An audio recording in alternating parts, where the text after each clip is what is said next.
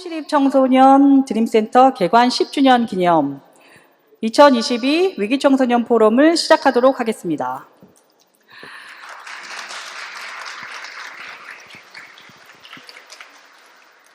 네, 행사 시작에 앞서 장내에 계신 청중 여러분께 마스크 착용을 다시 한번 부탁드립니다. 코로나 감염 예방을 위해 간단한 음료와 간식만 제공되고 있으니 섭취 후 바로 마스크를 착용해 주시기 바랍니다. 안녕하십니까. 오늘 개회의 사회를 맡은 서울시립청소년 드림센터 교육팀장 박경아입니다. 반갑습니다.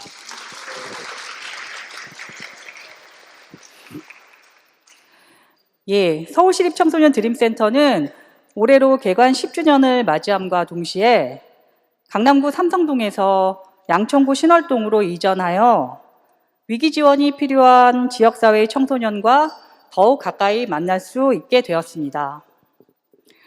이번 포럼은 서울시 위기청소년 현황과 청소년 위기지원 기관의 역할이라는 주제로 코로나 팬데믹 이후 위기청소년 현황은 어떠한지, 위기청소년을 지원하는 정책과 청소년 기관의 역할은 무엇인지, 이 자리에 계신 여러분과 또 지역사회와 함께 고민하는 시간을 가져보려고 합니다. 아울러 이 토론회는 영상으로 촬영되어 유튜브에 공개될 예정입니다. 참석하신 분들의 이해와 협조 부탁드립니다.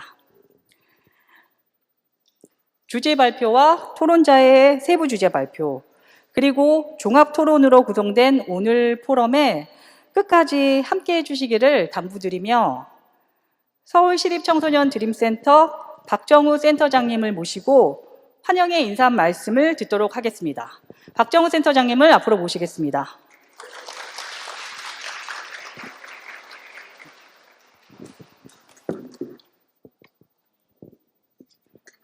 안녕하십니까. 잘 오셨습니다. 잘 보이시죠?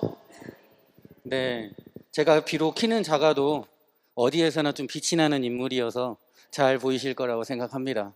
이렇게 이 자리에 이렇게 날씨가 아주 좋은 날씨는 아니지만 그래도 먼 길 마다하지 않고 참석해 주신 우리 여기 계신 많은 분들께 정말 환영하고 감사의 말씀 드립니다. 혹시 제 이름을 잘 기억 못 하실까 봐 한 번 더 제가 자기소개를 할게요. 저는 올해 드림센터 센터장으로 새로 부임한 박정우라고 합니다. 네.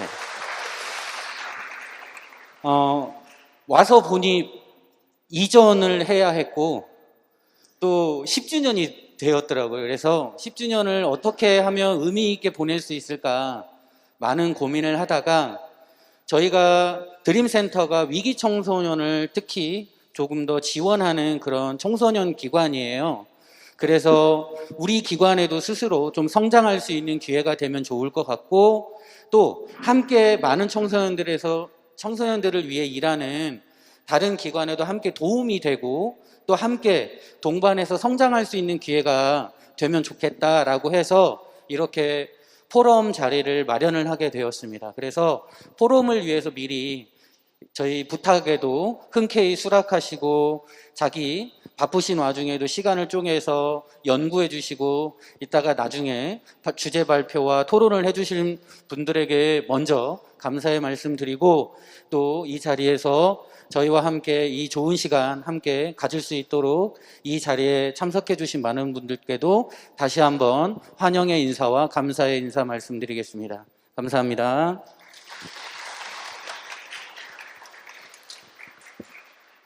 네, 박정우 센터장님 감사합니다. 다음은 이렇게 뜻깊은 행사를 맞아 드림센터의 운영법인 살레시오 수도회를 대표하여 살레시오 수도회 청소년 사목위원장이신 김상윤 신부님께서 축사를 해주시겠습니다. 김상윤 신부님을 앞으로 모시겠습니다.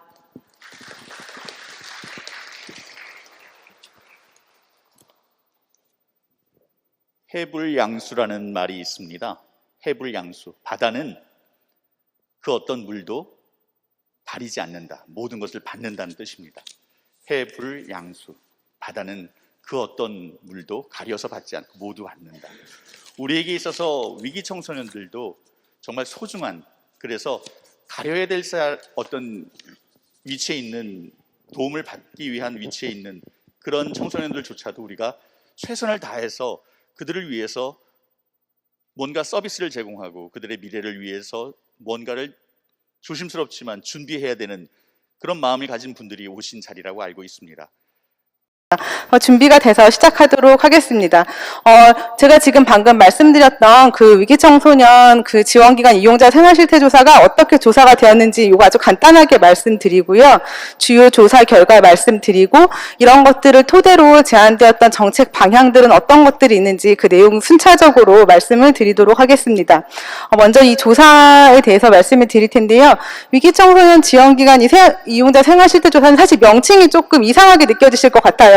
위기청소년 실태조사면 실태조사지 명칭이 왜 이렇게 복잡한가 생각이 드실 텐데, 이거는 이제 저희가 조사하는 과정에서 정부에서 생산하는 통계는 통계법에 의해서 통계청이 다 승인을 좀 이렇게 받아야 하는데 그 과정에서 좀 히스토리가 있었다. 그냥 그 정도 말씀을 드리겠습니다. 그래서 명칭이 조금 어색하게 느껴지실 것 같고, 그래서 이 조사의 대상은 위기청소년 지원기관, 뒤에 이제 제가 주로 어떤 기관을 대상으로 조사를 했는지 말씀을 드릴 텐데요.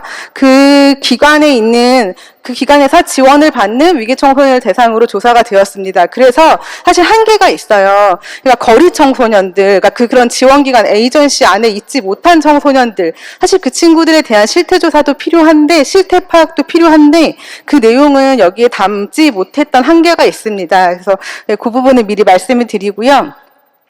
이 연구의 배경은 아까 이제 말씀드렸던 바와 같이 청소년 복지지원법에 사실 위기청소년이라는 용어가 언급이 되어 있어요. 다들 아시는 것처럼. 그래서 그게 이제 법적 개념인데, 근데 위기청소년이 그리고 또 복지지원법의 굉장히 중요한 정책 대상인데 그에 대한 실태조사가 없었기 때문에 이제 그 파악을 하기 위해서 실태조사가 실시가 되었고요.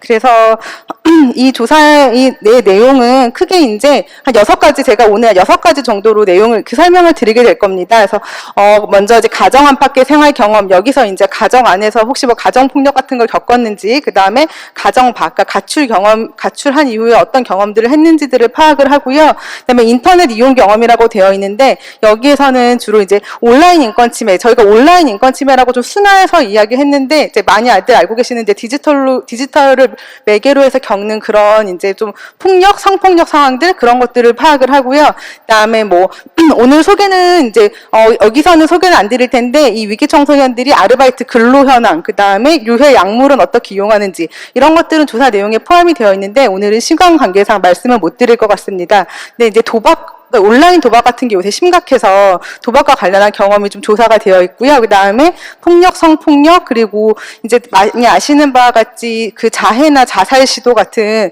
그런 문제를 겪는 청소년들의 그런 문제들, 그리고 마지막으로 어떠한 정책적 수요를 갖고 있는지, 그런 내용들을 중심으로 오늘 말씀을 드리겠습니다.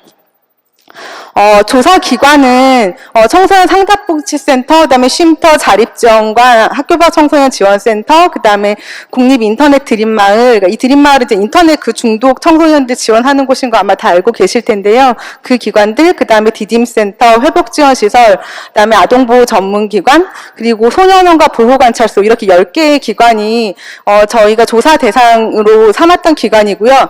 전국에 이 기관들이 781개, 그러니까 작년 기준입니다. 781개가 있는데 저희 조사에 474개 기관이 참여했습니다. 그러니까 조사 그 기관 기준으로는 60% 이상의 기관이 참여한 조사다라고 생각해 주시면 될 것 같습니다. 조사 내용이 이제 바로 말씀을 드릴 텐데요. 아마 이제 이게 좀 약간 해상도가 이렇게 낮아가지고 뒤에 계신 분들은 잘 안 보이실 것 같은데 제가 구두로 말씀드리는 내용과 자료집 내용을 봐주시면 될 것 같습니다. 먼저 가정 내 경험입니다. 가정 내 경험에서 많은 내용들이 있었는데 여기서 가장 핵심적으로 저희가 발견한 것은 가정폭력 경험이 많다는 것입니다. 그래서 특히 이제 저희가 오늘 자세하게는 소개 못 드리지만 이제 보고서를 보면 그 응답했던 기간 유형별로 비교가 되어 있는 이 위기청소년과 저희 조사 대상이었던 위기청소년 지원기관 이용자, 그러니까 조사 대상자 중에서 한 44% 정도는 지금까지 부모님으로부터 신체적 폭력을 이제 경험한 적이 있다고 했는데 상당히 높은 경험이죠. 10명 중에 4명 이상이 이제 신체 폭력을 가정 내에서 폭력을 경험한 비율이 있고, 그리고 최근 1년 이내에 폭력을 경험한 비율도 16.1%. 저희는 굉장히 있다고 생각이 되고요. 특히 쉼터나 이제 자립지원관 이렇게 가정 밖 청소년을 지원하는 기관에 있는 그러니까 가출 청소년으로 볼 수 있는 가정 밖 청소년의 경우에는 이 가정 폭력 피해 경험률이 훨씬 더 높게 나타납니다. 그래서 기존에 과거에는 이제 가정 밖 청소년들에 대해서 그런 이제 그 가정 밖으로 나가는 행위에 대해서 그걸 지휘비행처럼 보는 관점도 있었지만 아시는 바와 같이 사실은 가정 폭력이나 이런 것들 때문에 어쩔 수 없이 원가정에 머물러 있기가 힘들어서 이제 가정을 이탈하는 그런 경우가 굉장히 많다는 것을 알 수가 있었습니다. 그리고 그래서 이제 그 연계되는 내용인데요. 지금 저희가 저희 조사 대상자를 대상으로 지금까지 가출을 해본 적이 있는지를 물어봤을 때 32.6%가 가출을 해본 적이 있다고 이제 답을 하였고, 그 가출의 가장 중요한 그 이유로는 가족 간의 갈등이라는 응답이 가장 높았습니다. 물론 자유롭게 살거나 놀고 싶어서 집을 나갔다는 응답도 있었지만 그보다는 가족 간의 갈등, 그리고 가족의 폭력, 그러니까 가족 간의 갈등과 가족 폭력까지 합치면 훨씬 더 이제 많은 비중을 차지하는 것을 알 수 있습니다.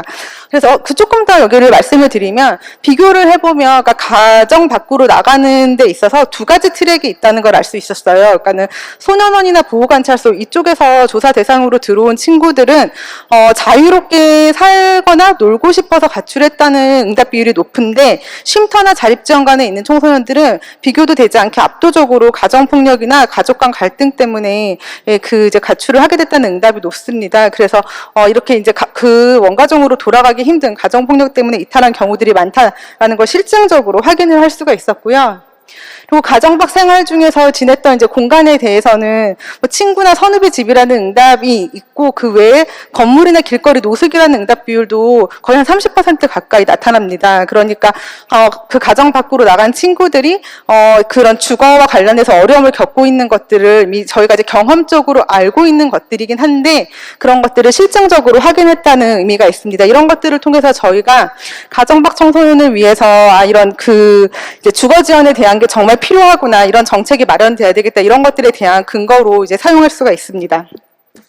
그리고 가정 밖 생활을 하는데 이제 도움을 준 사람에 대해서는 친구 또는 선후배 이런 응답도 있고, 이제 청소년 기관이나 시설 선생님, 가족, 친척 이런 순으로 이제 응답이 나타나는데요. 그래서 이 가정 밖 청소년들에게는 청소년 기관이나 시설 선생님이 중요한 사회적 자본으로 이제 도움이 되고 있다는 걸 저희가 또 확인할 수 있고, 근데 이제 안타깝게도 어느 누구에게도 도움을 받은 적이 없다. 사실 이 친구들이 지금 어떤 지원 기관에서 이제 저희 조사에 잡힌 대상임에도 불구하고 도움을 받은 적이 없다라는 응답도 이 정도로 나타나는 것은 본인은 지금 도움을 받는 그 유의미한 성인이나 주변의 자원이 없다고 느끼고 있다는 것을 좀 파악을 할 수가 있는 대목입니다. 가정 밖 생활을 할 때 어렵고 힘들었던 점에 대해서는 이제 저희가 예상할 수 있는 것처럼 이제 그 생활비가 부족하고 그런 이슈들이 이제 발견이 되고요. 그리고 그래서 마찬가지 맥락에서 가장 지원한 가장 필요로 하는 서비스로는 생활비 지원과 같은 경제적 지원, 그다음에 잠잘고, 그러니까 정말 가장 기본적인 의식주를 해결하고 싶은 욕구가 많다는 것을 알 수가 있었습니다. 다음으로는 저희가 이제 아까 잠깐 말씀드렸던 온라인 인권 침해에 대해서 말씀을 드릴 텐데요. 온라인 인권 침해가 한 10가지 정도 문항이 있어요. 그래서 이제 온라인에서 그런 이제 스토킹을 당한다거나 아니면 그런 성적 피해를 당한다거나 그런 것들을 묻는 10가지 문항이 있고요. 그래서 그 10가지 문항을 주고 이걸 하나라도 이제 경험해 본 적이 있는 친구들을 조사를 했을 때 저희 조사 대상자의 19.8%가 온라인상에서 인권 침해를 경험한 적이 있다고 답했습니다.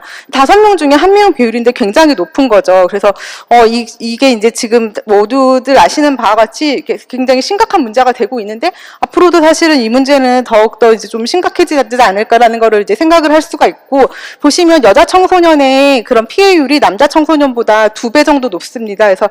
그리고 연령별로도 이게 좀 눈에 띄는 특징이, 저희가 이제 연령을 9세에서 11세, 12에서 15세, 16에서 18세 이렇게 나눠서 보았을 때 이런 타겟이 되는 청소년들이 그러니까 보통 이런 피해를 보면 16, 18세 이런 연령층이니까 연령이 높을수록 더 높은데 여기서는 이 온라인 성적 피해는 온라인 인권 침해는 12에서 15세 청소년이 더 높게 나타나요. 그러니까 딱 중학생 때 연령대거든요. 그러니까 중학생 때에 여자 청소년들이 온라인에서 많이 그런 피해의 대상, 타겟이 되고 있다라는 이제 그런 시사점을 좀 얻을 수 있었습니다. 그래서 이 온라인 인권 침해와 관련해서는 이제 많은 어떤 그런 정책 방안이나 대책들이 마련이 되어야 되지 않을까 그런 생각을 할 수가 있고요. 그리고 온라인 인권 침해를 받는 경로에 대해서도 주로 인터넷이나 모바일 메신저, SNS가 거의 비슷하게 높은 응답률을 나타냅니다. 랜덤 채팅 앱 같은 거는 이제 정책적으로도 지금 계속 스크리닝이 되고 있는데, 지금은 이제 랜덤 채팅 앱 이런 것보다는 사실은 온라인, 그러니까 모바일 메신저나 SNS를 통해서 이렇게 많이 좀 그런 피해에 불특정 다수에게 노출되고 있기 때문에 이쪽 경로에 대한 이제 그런 대응 방안이나 정책들이 필요하다는 것도 확인을 할 수가 있습니다. 온라인 인권 침해를 당했을 때 그 대응 방법인데요.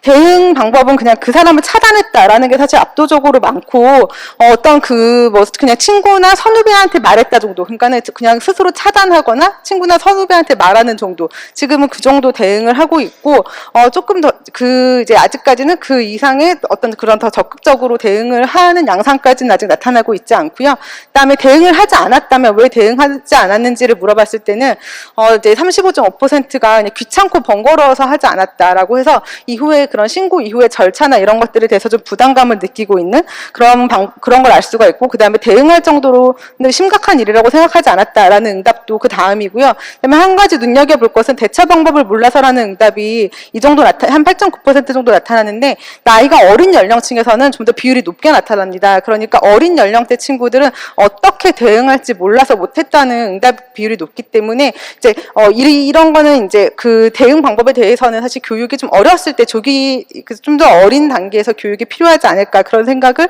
해볼 수 있습니다. 그 다음은 도박인데요. 저희가 이제 이 조사를 설계하면서 현장에 계신 전문가분들을 만나서 FGI도 하고 의견도 듣고 했을 때 많이들 말씀해 주신 게 온라인 도박이었어요. 청소년들이 온라인 도박에 노출이 되고 있는 게 상담하실 때 체감적으로 이전보다 많이 느껴진다. 근데 도박은 문제가 지금 비율 자체를 보면 도박하는 비율이 막 엄청 높거나 그런 건 아니에요. 근데 도박은 이제 지금 너무 막 광범하게 확산되어 있어서 문제라기보다는 그 도박 피해에 노출됐을 때 그게 2차, 3차 뒤에 말씀드리겠지만 돈을 빌린다거나 재산적 피해를 경험한다거나 이런 걸로 이어지고, 그다음에 이게 지금 중독성이 높기 때문에, 그리고 연구 결과들에 따르면 오프라인 도박보다 온라인 도박이 더 빠르게 확산되고 중독성도 높고 그렇기 때문에 이제 문제가 된다고 보고, 저희가 선제적으로 이제 도박과 관련한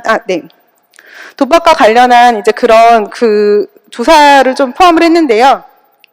보면 지금 그 도박을 경험한 비율이 위기 청소년의 한 16.6% 정도가 이제 도박을 경험한 적이 있고, 최근 3개월 이내에 경험한 비율 한 6%, 그다음에 그 3개월은 아니지만 그 이전에 경험한 비율이 한 10% 정도 돼서 이 정도 이제 도박을 경험했다고 응답을 하고 있고, 도박 같은 경우에는 여자 청소년들보다 남자 청소년들이 일관되게 연령대에 따라서 다 일관되게 비율이 좀 높게 나타납니다. 그리고 최근 3개월 동안 이제 최근에 도박을 한 친구들 같은 경우에도 지금 이제 거의 매일 한다라는 응답도 한 10%, 그 다음에 일주일에 한두 번 한다는 응답도 한 21%. 그래서 합치면 그러니까 도박을 해본 적이 있는 친구들 중에 3분의 1 정도는 거의 일주일에 한두 번 이상 하고 있다가 상습적으로 하고 있다라는 것을 시사점을 좀 파악을 할 수가 있습니다. 도박을 하게 된 경로는 주로 이제 지인들 통해서 친구나 또는 선후배 혹은 주변 사람들이 하는 걸 보고 처음에는 다 여기 보면 호기심 또는 일시적인 재미로 하게 됩니다. 그러니까 처음에는 주변 사람들이 하니까 일시적인 재미로 접근을 하는데, 그게 이제 계속 반복되게 된다거나 그로 인해서 사람들한테 돈을 빌린다거나 돈을 빌려서 채무가 생긴다거나 채무가 생기면 이후에 이제 신용불량까지 갈 수도 있는 그런 이제 문제를 경험을 하게 됩니다. 그 도박으로 인해서 이제 부정적인 경험, 이게 아마 글씨가 작아서 잘 안 보이실 것 같은데요. 부정적인 경험 경험으로 돈 내기 게임 때문에 지인들한테 돈을 빌린 적이 있는지 그런 것들을 물어보았는데 유의미한 응답자들이 돈을 빌린 적이 있다라는 응답을 보이고 있습니다. 그래서 그러면 채무가 어느 정도 있는지 돈을 빌린 적이 있다고 응답한 친구들한테 돈을 얼마나 빌렸는지 봤을 때 평균적으로는 한 72만 원 정도 응답이 나오는데요. 청소년들에게 이것도 결코 적은 돈이 아니죠. 그런데 그 소년원이나 보호관찰소에 있는 청소년들 같은 경우에는 이 도박 때문에 빌린 돈이 평균 213만 원. 그러니까 사실은 굉장히 좀 큰 액수로 볼 수 있습니다. 그래서 그리고 저희가 실제로 이제 만나거나 사례로 들었던 것들도 이제 이것 때문에 뭐 핸드폰 깡 같은 그런 것들도 하게 되고 그래서 또 그게 2차적인, 3차적인 또 그런 이제 문제로 이어지고 그런 경로들을 볼 수 있었습니다. 다음으로 생활안전 및 범죄 피해 경험과 이제 그런 심리정서적 특성 그런 것들에 대해서 말씀을 드릴 텐데요. 이쪽은 이제 폭력 피해 경험, 성폭력 피해 경험 그리고 이제 아까 말씀드렸던 자살 경험들 그런 내용들이 있습니다. 그래서 폭력 피해 경험 같은 경우에는 저희가 7가지 정도의 문항을 제시를 하고 그 문항에 대해서 이제 그런 폭력 피해 경험을 해본 적이 있는지 유무를 물어보고 여기 제시된 결과는 하나라도 그 폭력 피해를 경험한 적이 있는지 있다고 응답한 친구들의 비율인데요. 전체 피해 경험률이 15.9% 정도 됩니다. 그리고 그러니까 6명 중에 1명 정도는 이제 그런 피해를 경험해 봤다고 응답을 한 것이고요. 가장 많은 유형은 언어폭력이지만 그 외에도 이제 다양한 피해 경험을 호소하고 있습니다. 폭력 피해 사실을 알린 적이 있다는 응답, 응답이 있는데 그 응답 보면은 이제 가장 많이 알린 대상은 한 가족이나 그다음에 친구 또는 선후배, 학교, 그다음에 청소년 기관이나 시설 이런 순으로 나타나고 있습니다. 폭력 피해를 사실을 주변에 알리지 않은 그런 이제 그 대상들에게 알리지 않은 이유가 무엇인지 물어봤을 때 알려봐야 소용이 없을 것 같아서 알리지 않았다라는 응답이 한 35.8% 정도로 이제 가장 높게 나타나고요. 그다음에 어떻게 해야 할지 몰라서라는 응답도 나타납니다. 그래서 어떻게 해야 할지 몰라서, 그러니까 일단 지금 알려봐야 소용이 없을 것 같아서라는 그 응답도 저희에게 주는 시사점이 있지만 어떻게 해야 할지 몰라서라는 응답에 대해서는 저희가 좀 더 많은 경로를 이제 알려주고 상담받을 수 있거나 도움을 지원할 수 있는 경로를 좀 더 많이 알려줘야 되겠다는 그런 시사점들을 얻을 수 있습니다. 폭력 피해를 당한 후에 지원기관의 도움을 받았다는 응답 비율이 한 37% 정도 되는데요. 도움을 받은 지원기관으로는 청소년 기관이나 시설이 61.3%로 가장 높습니다. 그래서 이제 그 위기 청소년들에게 뒤에 또 그 성폭력에서도 결과가 나오지만 위기 청소년들에게는 청소년 기관이나 시설이 굉장히 중요한 그런 사회적 자원으로 실제로 그러니까 도움을 청할 수 있는 좋은 성인들을 그렇게 많이 접하지 못할 우려가 있는 친구들에게는 굉장히 좋은 사회적 자원으로 이제 도움이 되고 있다는 사실을 확인을 할 수가 있습니다. 같은 방법으로 그 성폭력 피해 경험은 아마 문항이 한 4개 정도 되었던 것 같은데요. 문항을 주고 그 문항에 대해서 또 이제 성폭력 피해 경험이 있다고 응답한 친구들의 이제 하나라도 경험해 본 친구들 비율을 본 건데요. 전체적으로는 4% 정도 되는데 여자 청소년들의 비율이 이제 저희가 익히 예상할 수 있는 것처럼 이쪽 문제에서는 좀 더 높게 나타납니다. 그리고 성폭력 피해를 가한 이제 그 사람 같은 경우에는 같은 학교에 다니는 사람이라든지 그러니까 주변의 지인들, 그러니까 온라인은 그냥 불특정 다수가 이제 더 많이 노출이 되는데 오프라인에서는 이제 지인들에게 더 많이 노출이 되는 것을 알 수 있습니다. 성폭력 피해 사실을 알린 경험과 알린 대상, 그래서 이렇게 보면 마찬가지로 피해 사실을 알린 대상에 대해서는요, 가족, 그 다음에 친구 또는 이제 선후배들이 있는데 그 외에 청소년 기관이나 시설도 높은 응답률을 차지하고 있습니다. 그래서 도움이 되고 있다는 사실을 또 알 수 있습니다.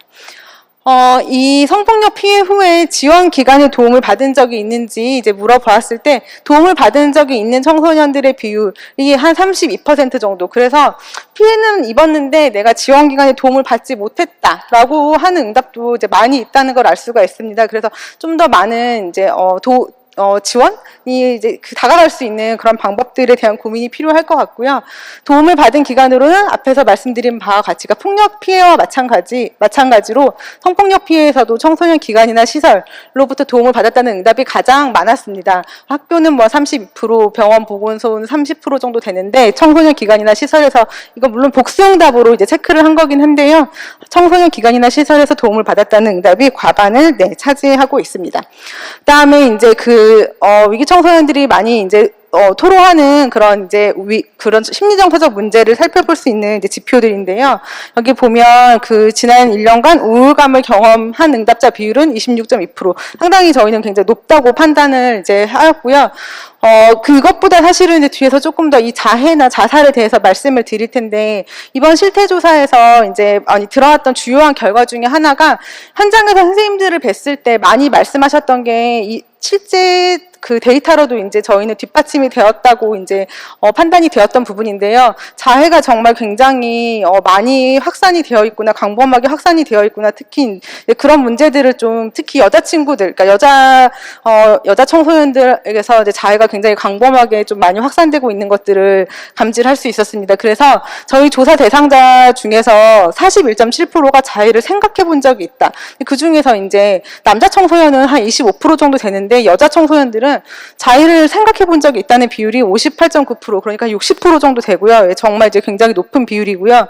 그런데 실제로 자해를 시도한 적이 있는지, 자해를 해본 적이 있는지 물어봤을 때도 33.9%가 자해를 해본 경험이 있다. 특히 여자 청소년 같은 경우에는 49.8%, 그러니까 여자 청소년들은 응답자의 절반 정도가 자해를 경험해 본 적이 있다라고 이제 이야기를 하고 있습니다. 물론 이제 이게 사실 요새 이제 그 비자살적인 자해, 그러니까 정말 이제 어떤 그런 자살 시도로서의 자해가 아니라 그 심리적인 불안이나 이런 것들을 해소하거나 이제 그러기 위해서, 혹은 좀 그 본인의 그런 그 심리적인 상태에 대해서 이제 그걸 표출하기 위한 방법으로 자해를 하는 경우가 많다는 말씀들을 이제 많이 들었는데요. 그런 것들이 이제 조사 결과에서 좀 잡힌 것으로 볼 수가 있겠습니다. 자해 생각이나 시도를 한 이유가 무엇인지에 대해서는 그냥 죽고 싶은 생각이 들어서라는 이제 응답이 있는데, 그 외에는 스트레스를 풀고 편안함을 느끼기 위해서, 그리고 나쁜 기분들을 멈추기 위해서, 이런 선택지들은 사실 저희가 이제 FGI나 이런 방법을 통해서 선생님들을 만나고 현장에서 말씀해 주신 그런 이유들을 선택지로 이제 만들었던 건데요. 그런 것들에 대한 응답 결과가 높게 나타났고, 이제 자해를 시도한 청소년들 중에서 77.5%는 이제 과거에는 시도를 했지만 지금은 그만두려고 결심을 하고 있거나 지금 현재 그만뒀다라고 응답을 하였는데, 또 그렇지 못한 친구들도 있어서 이제 개입의 여지가 많이 있다는 것을 알 수 있었습니다. 그 다음은 이제 자살에 대한 문항들인데요. 자살 생각과 관련해서는 이제 조사 대상자의 한 46%가 자살을 생각해 본 적이 있다. 여자 청소년들의 응답 비율이 더 높았고요. 그다음에 자살을 시도해 본 경험은 22.8% 정도가 자살을 시도해본 경험이 있다. 여자 청소년들 같은 경우에는 10명 중에 3명꼴로 자살을 시도한 경험이 있다라고 해서 좀 굉장히 우려스러운 그런 상황을 알 수가 있었습니다.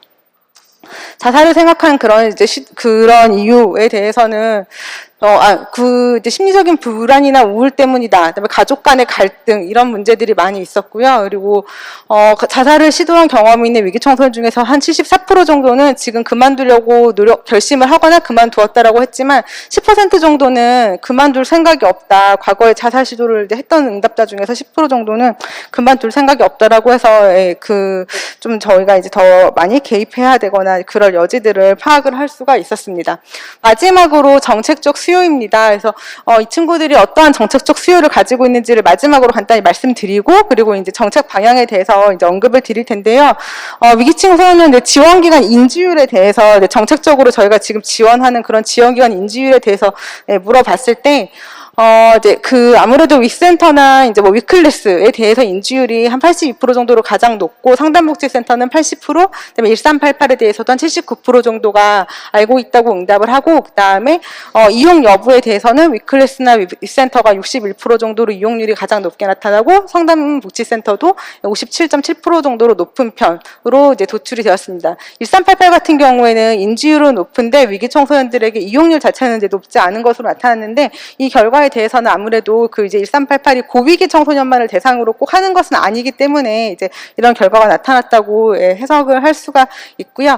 위기 청소년들이 겪는 어려움에 대해서는 이제 가장 큰 어려움이 아무래도 이제 내 미래에 대한 불안감, 그다음에 적성에 맞는 진로를 찾기 어려움. 그래서 뭔가 이 미래에 대한 불안이나 역시 진로, 이런 것들에 대한 문제를 토로했고, 그다음에 할 일이 없고 의욕도 없고 무기력하다, 그다음에 가족과의 갈등, 이런 문제에 대해서 많이 많이 이야기를 했습니다. 그래서 가족 간의 갈등은 저희가 이제 배경 요인을 파악하기 위해서 앞에서부터 넣었던 문항인데 이제 그 가족 간의 그런 갈등, 가정 폭력 이런 것들이 문제가 되어서 그다음에 그 다양한 위기의 경험들을 하고 그것들이 계속 이제 문제나 그런 고민으로 파생되는 그런 경로를 확인을 좀 할 수가 있었습니다. 위기 청소년들이 희망하는 지원 서비스에 대해서 이제 저희가 다양한 것들을 제시를 하고 물어보았는데요. 이제 아무래도 지금 이제 본인의 불안한 미래, 진로 이런 것들에 대해서 공통적으로 이런 진로 탐색 같은 것들을 도와줬으면 좋겠다는 응답도 있었고, 그다음에 이제 눈에 띄는 것이 건강 문제에 대한 그러니까 건강 검진을 받거나 건강을 케어하는 데 도움을 받고 싶다라는 응답 결과도 높았습니다. 그래서 위기 청소년들이 이런 건강권 보장에서 배제되지 않도록 좀 더 그런 이제 정책적인 지원이나 그런 것들이 필요하겠다고 생각이 들고요. 그리고 그다음에 심리적인 서비스, 심리정서적 지원 서비스, 상담 이런 것들에 대한 수요도 이제 높게 나타났습니다. 마지막으로 지금까지 말씀드렸던 이런 결과들, 그다음에 오늘 말씀드리지는 못했지만 저희 실태조사에 담겨 있던 방대한 내용의 조사 결과들 이런 것들을 토대로 이제 제안을 했었던 저희 보고서에 담겨 있는 정책 방안을 마지막으로 말씀을 드릴 텐데요. 일단 한 10가지 정도로 정리를 했는데 시간이 벌써 좀 제가 원래 20분 정도 하기로 되어 있는데 벌써 한 2, 3분 지난 것 같아요. 그래서 빠르게 말씀을 드리면 첫 번째는 가정 밖 청소년에 대한 지원이 확대되어야 되겠다는 부분입니다. 이 조사 설계를 할 때부터 가정 밖 청소년은 주요한 정책 대상이었고, 그다음에 이 조사 결과 이 가정 밖 청소년들에 대해서 사실 지원해야 될 개입의 포인트들이 많이 이제 저희가 포착을 좀 할 수 있었는데요. 일단 아까 제가 모두에 말씀을 드렸던 것처럼 과거에는 이 가정 밖 청소년, 그러니까 옛날식 용어로는 이제 가출 청소년들 같은 경우에 그걸 지위 비행으로만 보는 관점이 과거에 많이 있었는데, 이 조사 결과 가정폭력 때문에 이제 어쩔 수 없이 집을 나가는 경우, 그래서 원가정으로 다시 돌아가기 어려운 경우, 그런 것들에 대해서 실질적으로 많이 확인을 할 수 있었습니다. 그래서 이런 이제 원가정으로 돌아가기 어려운 경우에는 그런 부모에 대한 그런 실질적인 제약이나 어떤 분리할 수 있는 그런 좀 실효성 있는 방안들이 이제 계속 모색이 되어야 될 것 같고요. 그 다음에 이 부모 자녀 관계의 특성을 고려한 접근이라는 건 어떤 의미냐면, 제가 아까 말씀드린 것처럼 소년원이나 보호관찰소 쪽에서 저희가 조사 대상에 잡힌 청소년 중에서는 부모 자녀 관계가 그렇게 나쁘지 않아요. 나쁘지 않고 부모에 대한 신뢰도 여전히 있고, 근데 다만 또 부모가 자녀에 대한 기대가 너무 과도하거나, 그러니까 이게 지금 가정폭력으로 가출을 하는 거랑은 또 다른 양상을 보이는 집단이 있었습니다. 그래서 이런 경우에는 또 다른 개입을 통해서, 그러니까 부모 자녀 간의 관계를 개선한다거나 좀 그런 다른 개입을 통해서 접근할 필요가 있겠다는 생각을 할 수가 있었고요. 그 다음에 가정 밖 청소년을 보호하는 기관이 지금 이제 가정 밖 청소년의 그런 실태에 비해서 부족하기 때문에 확대가 될 필요가 있겠다. 그리고 자립지원관, 그러니까 이 쉼터 이후에 자립을 걱정하는 또 친구들이 많이 있고, 자립지원관이 많은 수요를 지금 그 많은 청소년들을 지금 수용하고 있지 못하기 때문에 그런 이제 이 이용자의 대상의 범위를 좀 확대할 필요가 있겠다라는 생각을 할 수가 있었습니다. 두 번째로는 빅데이터 기술이나 이런 사이버 아웃리치 같은 것들을 활용해서 가정 밖 청소년들에 대한 아웃리치를 강화해야 되겠다는 것인데요.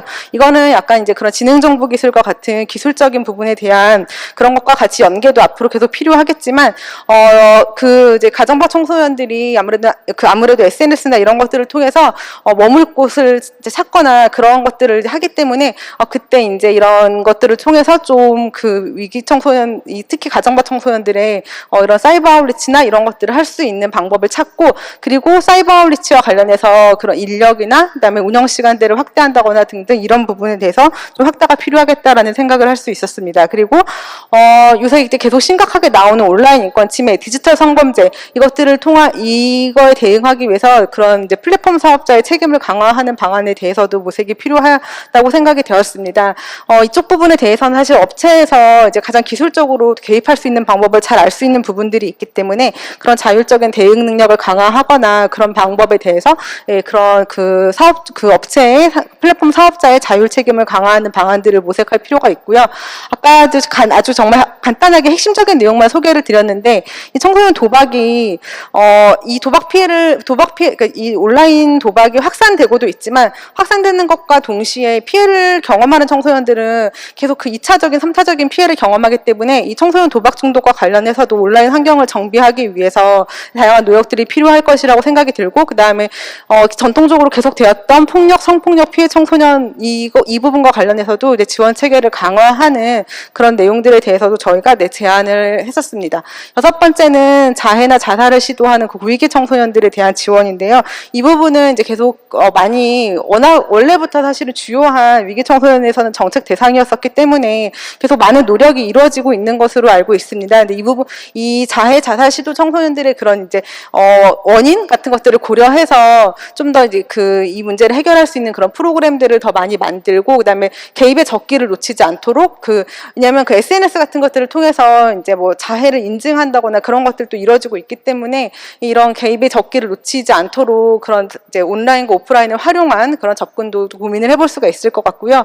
그다음에 위기 청소년의 자율적인 보호 능력을 함양하기 위한 교육적 지원 강화, 이거는 이제 위기 청소년들에게 이제 이들의 특성을 고려한 교육이 이루어져야 된다는 것인데, 특히 학교 밖에 있는 이제 위기 청소년들이나 다양한 기관에 있는 위기 청소년들이 필요한 교육에서 배제되지 않도록 그런 지원이 좀 필요하고, 그러니까 저희가 오늘은 소개를 자세히 드리지 못했는데 각각의 그런 위기의 경험마다 그런 개입, 교육을 받았는지를 물어보았는데 학교 밖에 있는 청소년들이 다 체계적으로 좀 비율이 낮게 나타났거든요. 교육 경험률이. 그래서 그런 것들에서 배제되지 않도록 하는 노력과, 그다음에 뭐 소년원이나 보호관찰소에 있는 청소년들이 도박 피해 같은 것들을 많이 그 도박 경험들이 높기 때문에 예를 들면 그 친구들한테는 도박 예방 교육이나 이런 것들이 조금 더 강화되어야 되지 않을까, 그런 생각을 할 수 있었고요. 그리고 위기 청소년 특별 지원 사업에 대해 이것과 관련해서는 사실 이제 뭐 선정 기준에서 가구 소득 기준을 완화한다거나, 그 다음에 아까 말씀드렸던 것처럼 위기 청소년들이 건강권에 대한 요구가 있기 때문에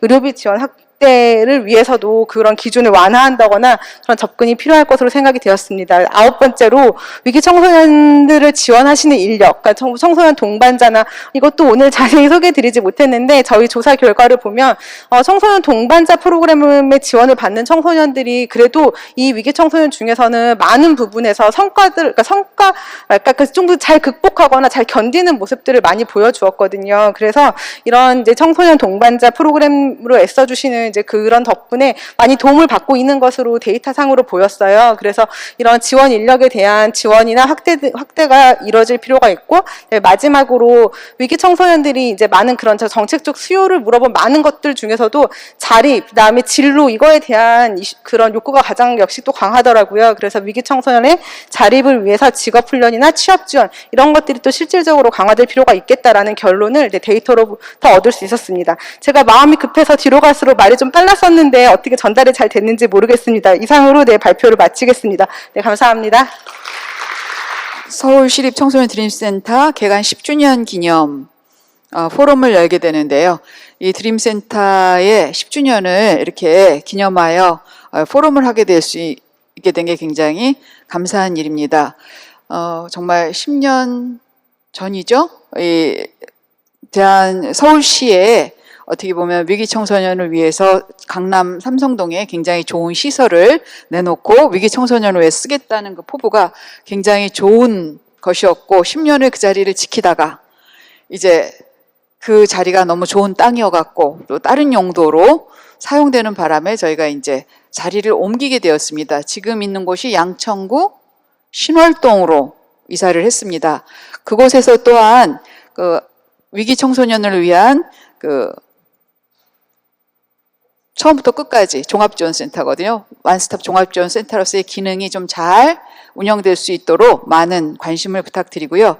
오늘 청소년정책연구원의 황여정 선임 연구위원께서 위기 청소년에 대한 조사 내용을 좀 발표를 해주셨습니다. 굉장히 흥미로운 내용도 있었고, 또 저희 여기에 현장에서 또 연구로서 많이 기여하셨던 분들께서 또 많은 의견을 보태주실 것이라고 생각합니다. 먼저 우리 박옥식 청소년계에 이제 우리가 굉장히 원로죠. 한국다문화청소년협회 이사장님께서 위기 청소년의 정책 방향에 대한 제언이라는 주제로 토론을 겸한 발표를 해주시겠습니다. 저희가 조금 항상 이런 때 시간이 부족하잖아요. 예, 한 10분 내에 맞춰주시기 부탁드리겠습니다. 네. 예, 반갑습니다. 지금 방금 소개받은 박옥식이라고 합니다. 저는 이제 청소년 활동 지금 36년 차 지금 되고 있는데, 그동안 이제 학교 폭력 관련해서 96년도부터 쭉 활동해 왔고, 현재도 그 다문화 청소년협회 이사장으로 돼 있긴 합니다만은 한국 청소년 폭력 연구소 소장으로 지금 이제 그 한국, 일본, 중국, 미국 4개국 연구도 하고 있고 그런 부분에서 이제 좀 활동을 하다 보니까 아마 초청이 된 것 같습니다. 어쨌든 먼저 발표하기 전에 청소년 드림센터 개관 10주년을 진심으로 축하드립니다. 그리고 또 10주년을 기념하면서 이렇게 위기 청소년들을 위한 새로운 정책 대안을 마련할 수 있는 귀한 자리를 마련해 주셔서 다시 한번 감사의 말씀을 드리고 제가 참석했던 세미나 중에 근래에는 제일 많은 분들이 참여한 것 같아서 굉장히 좋은 것 같습니다. 근데 이제 발표 시간이 너무 짧다 보니까 이 아주 무겁고 좀 신중해야 될 세미나와 토론들이 좀 깊이 있게 하면 이런 정도 주제면 한 2박 3일은 해야 되는데 아쉬움이 많이 있습니다.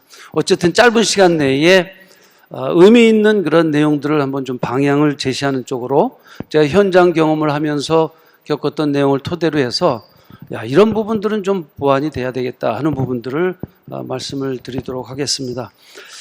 먼저 어쨌든 위기 청소년이라고 이제 청소년 복지지원법에서 규정하고 있는 게 뭐 가정의 문제 때문에 뭐 학교 적응, 사회 적응이 좀 제대로 하기 어려운 그런 청소년들을 위기 청소년이라고 하는데 이런 개념을 봤을 때는 사실 오늘을 살아가는 우리 청소년들 모두가 위기 청소년이라고 생각합니다. 어떤 특정 영역에 있는 청소년들이 위기 청소년이 아니라 우리 모두의 청소년들이 위기적 상황에 놓여 있다 해서 상당히 좀 안타까움을 금하기가 어렵습니다.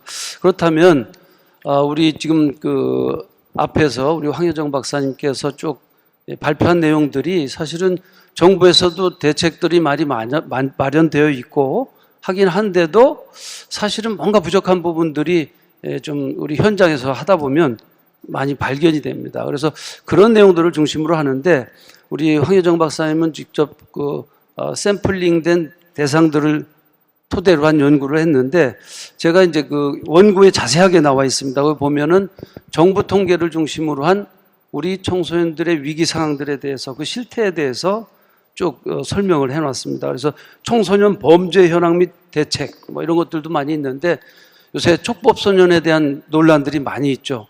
저도 그것 때문에 몇 년 전부터 뭐 100분 토론이다, 뭐 그 2시간 심층 토론이다 이런 데 많이 했는데 저도 일관되게 이 촉법소년에 대해서 연령 하향에 대해서 굉장히 강조했던 부분이 있습니다. 그게 뭐냐면 우리 청소년들을 보호하기 위해서라도 필요하다는 거죠.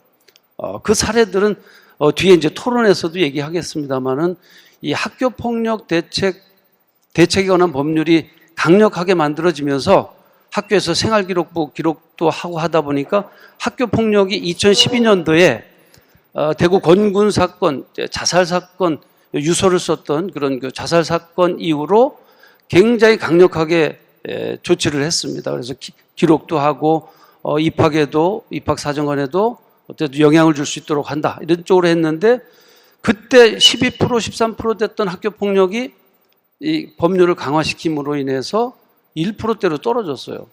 이런 것 봤을 때는 상당히 좀 처벌을 위한 것이 아니라 그러한 그 강력한 조치들을 마련한다. 최근에도 지금 뭐 촉법소년 연령에 해당되는 애들이 나 촉법소년인데요 하면서 강력범죄를 저지르고 있어요. 그래서 이런 문제에 대해서 사회적으로 너무 안이하게 대처하면 안 된다. 그리고 그런 애들한테 왜 낙인 찍느냐 이런 얘기도 하는데 낙인이 아니라 만약에 그렇게 우발적으로 했거나 실수를 했거나 뭐 일회성으로 했을 경우에 또 반성을 했을 경우에는 또 그런 것들을 다 없애는 그런 법률 보완도 하게 되면 되거든요. 그래서 그런 부분에서 좀 아쉬움이 있는데 이런 강력 범죄 비율이 소년 범죄 비율은 낮아지고 있는데 그중에서 차지하는 강력 범죄 비율이 높아지고 있다. 이거 굉장히 심각한 부분이죠. 그렇게 되는 이유 중에 이 여러 가지 사회적 환경, 가정적 환경의 문제가 있죠. 그 다음에 우리 황 박사님께서 말씀하셨던 대로 이제 도박 중독. 어떤 아이는 그 아빠 통장에서 8천만 원이 빠져갈 정도로 아주 심각한 정도의 사건이 있었던 것도 있습니다. 이 도박 중독뿐만 아니라 인터넷 중독, 게임 중독, 스마트폰 중독, 또 약물 중독 이런 것까지 자료를 좀 쭉 보시면 되겠고, 그 다음에 이제 청소년 가출에 대한 것도 황 박사님께서 얘기를 하셨기 때문에 가출에 대한 것, 몇 년 전에 여가부 장관님이 우리가 가출 청소년들을 위해서 시설 인프라를 확충했습니다. 그래서 발표한 거 보니까 몇 개나 확충했나 했더니만 3군데를 했습니다. 그게 이제 장관이 이렇게 인프라 확충했다고 얘기하는 그런 부분이었어요. 그래서 그렇다고 해서 또 청소년 쉼터를 마구 늘리면 또 애들 가출을 조장하는 거 아니냐, 이런 문제도 또 있기 때문에 굉장히 좀 신중해야 될 부분들이 있어서 이 가출하는 문제가 가출팜 형성하죠. 그러면서 이제 그런 어떤 생활비를 벌기 위해서 각종 범죄에 빠질 수 있는 것이 되기 때문에 이런 심각성들이 또 있어요. 그래서 쉼터도 뭐 일시 쉼터, 단기 쉼터, 중장기 쉼터, 이동 쉼터까지 만들어졌는데 이러한 것들을 어떻게 좀 효율적으로 우리 청소년들에게 도움이 되도록 할 것인가 하는 부분들이 중요한 것이고요. 또 자살 현황 및 대책. 지금 OECD 국가에서 청소년 자살률이 가장 높은 게 우리나라입니다.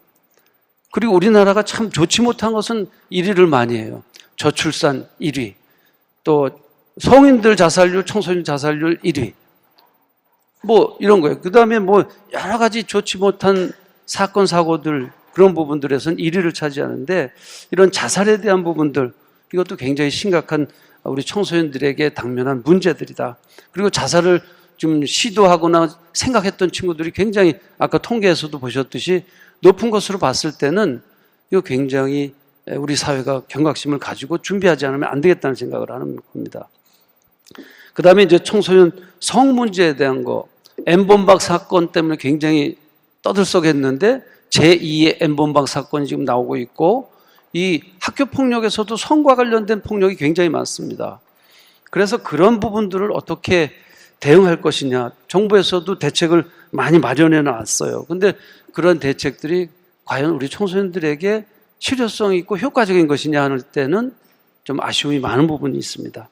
그래서 이 외에도 여러 가지 유형의 청소년 위기 상황들이 있는데, 특히 지금 이제 다문화 인구가 지금 급속하게 증가하면서 다문화 학생 수의 증가, 다문화 아동 수의 증가는 굉장히 급격하게 많이 늘어나고 있습니다. 지금 다문화 일반적으로 전체 학생 수가 1년에 15만 명에서 20만 명 전후로 줄어들고 있는데, 다문화 학생 수, 아동 수는 1년에 한 2만 명 안팎으로 증가하고 있습니다. 근데 다문화 청소년들의 차별과 편견, 그것 때문에 학업 중단율이 평균치보다 2배가 높죠. 그러니까 학교 적응에도 상당히 어렵고, 또 빈곤계층의 아동 청소년들의 문제, 굉장히 심각한 부분들이 많습니다.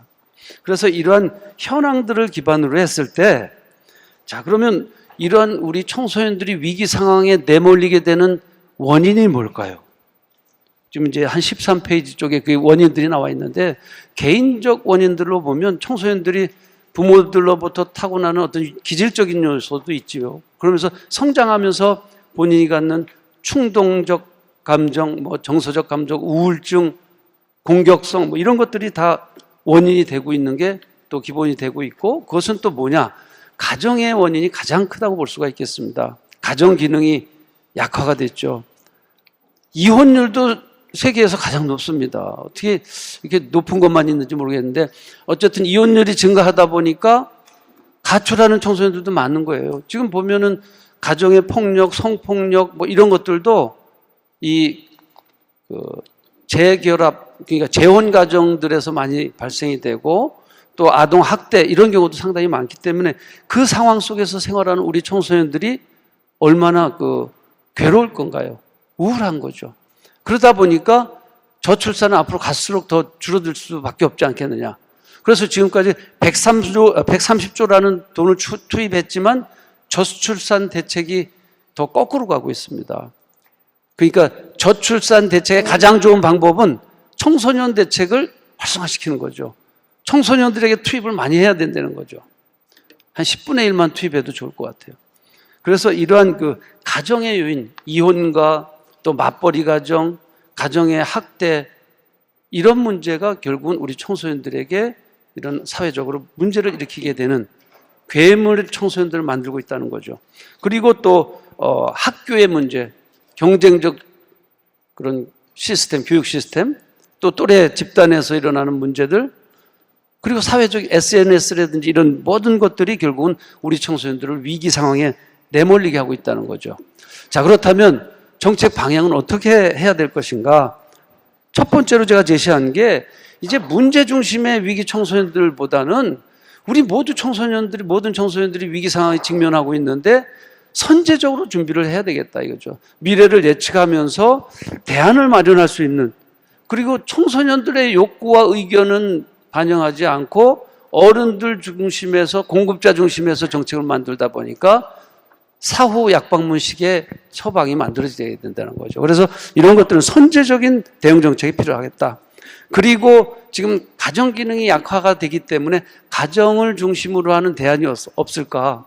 그리고 가정의 기능이 사실은 해체가 되고 여러 가지 약화됨에 따라서 발생되는 문제들이 우리 청소년들이 굉장히 다각적인 중독과 폭력과 갈등의 문제로 야기가 되기 때문에 이런 위기 상황들에 대한 가정 중심의 정책 방향을 모색하는 게 필요하겠다. 그리고 세 번째로는 이제 가정 기능이 다 할 수 없기 때문에 그거를 감당할 수 있는 사회적 기능, 청소년 시설이나 기관에서 담당해야 될 그 돌봄 기능을 좀 해야 되겠고요. 그 다음에 청소년들의 위기 상황을 조장하는 사회적 환경, 지금 코로나19 그러니까 문 다 닫아라 이렇게 했는데 제가 다문화 청소년협회를 운영하면서 더 활성화됐었습니다. 왜냐하면 할 수 있는 방법을 찾아줘야 되는데 무조건 문 닫으라니까 문제인데, 그래서 우리 멘토링 활동을 해서 계속적으로 더 활성화하게 활동을 했습니다. 다문화 가정 방문해 보니까 애들 얼굴이 보름달이 됐어요. 활동을 못하니까 집에서 라면 먹고 막 이러다 보니까 활동을 할 수 있는 여건을 만들어야 된다. 그 다음에 청소년들이 위기 상황에 직면했을 때 어떻게 할 것인가 하는 행동 매뉴얼, 이런 것들을 구체적으로 좀 구축해서 알려주는, 홍보를 하는 그런 노력이 필요하겠고, 인프라도 지금 단순한 어떤 학교 밖 지원센터라든지 이런 센터를 무지하게 많이 만들긴 하는데 그게 좀 청소년들에게 필요한 것들. 그래서 저희는 청소년들이 취업하고 창업할 수 있는 그런 센터를 만들었습니다. 그런 것들을 통해서 살아갈 수 있는 방법을 제시해주는 그런 정책이 필요하겠고, 그 다음에 이제 청소년들에게 면역력, 이런 위기 상황이 왔을 때 스스로 홀로 설 수 있도록 하는 그런 면역성을 키워주는 그런 교육적인 노력도 필요하겠고, 그 다음에 마지막으로 국가적 차원에서의 법적, 제도적 장치, 이 촉법소년 연령이라든지 기관의 기능이라든지 이런 것들에 대해서 좀 체계적인 구축이 필요하겠고요. 마지막 하나로 또 이 실태조사에 대한 것들이 제대로 된 게 별로 없습니다. 그래서 지금 이제 황 박사님이 그런 발표도 해줬지만은 이런 연구들이 각 영역별로 우리 청소년들에게 올 수 있는 다양한 그런 현황들에 대한 분석들이 좀 체계적으로 이루어져 있었으면 좋겠습니다. 어쨌든 오늘 세미나가 굉장히 짧아서 저도 무지하게 말이 빨라졌는데 좀 아쉬움이 있지만 이런 토론의 기회가 자주 마련이 돼서 우리 위기 상황에 있는 우리 모든 청소년들이 행복하고 또 우리 청소년들을 위해서 활동하는 우리 지도자들 모두가 보람 있게 활동할 수 있는 그런 사회적 시스템이 마련이 됐으면 좋겠습니다. 감사합니다. 네, 감사합니다. 진행의 효율성을 위해서 바로 진행하도록 하겠습니다. 위기 청소년 지원 방안에 대해서 최정인 서울시 청소년 상담복지센터 부장님께서 말씀을 해주실 텐데요. 3시 15분까지 부탁을 드리겠습니다. 네. 제가 이 책만 들고 오고 아무것도 안 들고 와서 시계를 볼 수가 없는데 혹시 지원되면 사인을 좀 주시면 감사하겠습니다. 네, 안녕하세요. 저는 서울시 청소년 상담복지센터 최정인이고요. 먼저 드림센터 10주년 개관 정말로 축하드립니다. 이 전체 통합적인 지원을 하는 기관으로 설립돼서 저도 현장에 있으면서 굉장히 반가웠었는데 시간이 정말 빨리 지나간 것 같아요. 벌써 10년이라고 합니다. 축하드리고 또 귀한 자리 마련해 주셔서 감사드립니다. 아마 저를 이 자리에 불러주신 이유는 위기 청소년 현황과 정책 재원 같은 것들을 하는 자리인데 저희 센터에서 서울 지역의 청소년들 위기 실태 조사를 작년에 시행을 하고 발표를 했었습니다. 그래서 조금 더 그 서울의 청소년들을 대상으로 한 그 위기 데이터를 공유해 달라고 하는 의미로 저는 해석을 했고요.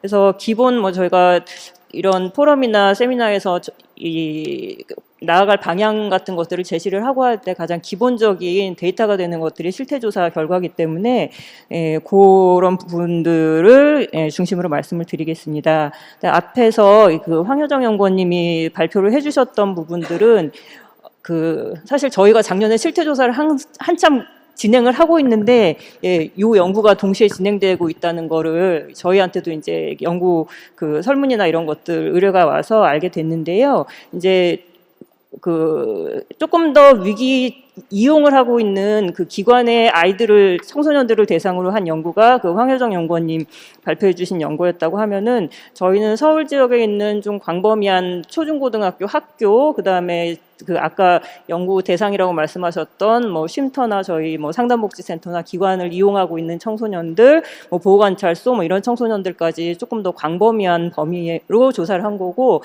저희는 뭐 시립기관이기 때문에 전국 통계는 아니고 서울시 지역에 있는 청소년들을 대상으로 했고, 각 구별로 또 통계를 다 뽑았습니다. 그래서 구별로 저희가 세부적인 내용들은 또 구로 공유를 해서 구에서도 그 데이터를 가지고 각 자치구별로 어떤 정책들을 어떻게 수행을 해야 될지도 자료를 가지고 공유를 하였습니다. 그래서 저는 일단 먼저 작년도에 했었던 저희 실태조사 결과를 말씀을 드리고 위기청소년 지원 방안에 대한 제언을 말씀을 드리겠습니다. 자료는 저희 4페이지, 이 PPT로 제가 넘기시는 선생님께 말씀드릴게요. 4페이지 쪽으로 가주시면 되고요. 서울 지역 위기 실태조사는 저희가 워낙에 경년에 한 번씩, 2년에 한 번씩 시행을 하다가 여러 가지 문제로, 여러 가지 문제라고 하면은 예산 문제가 제일 크겠죠.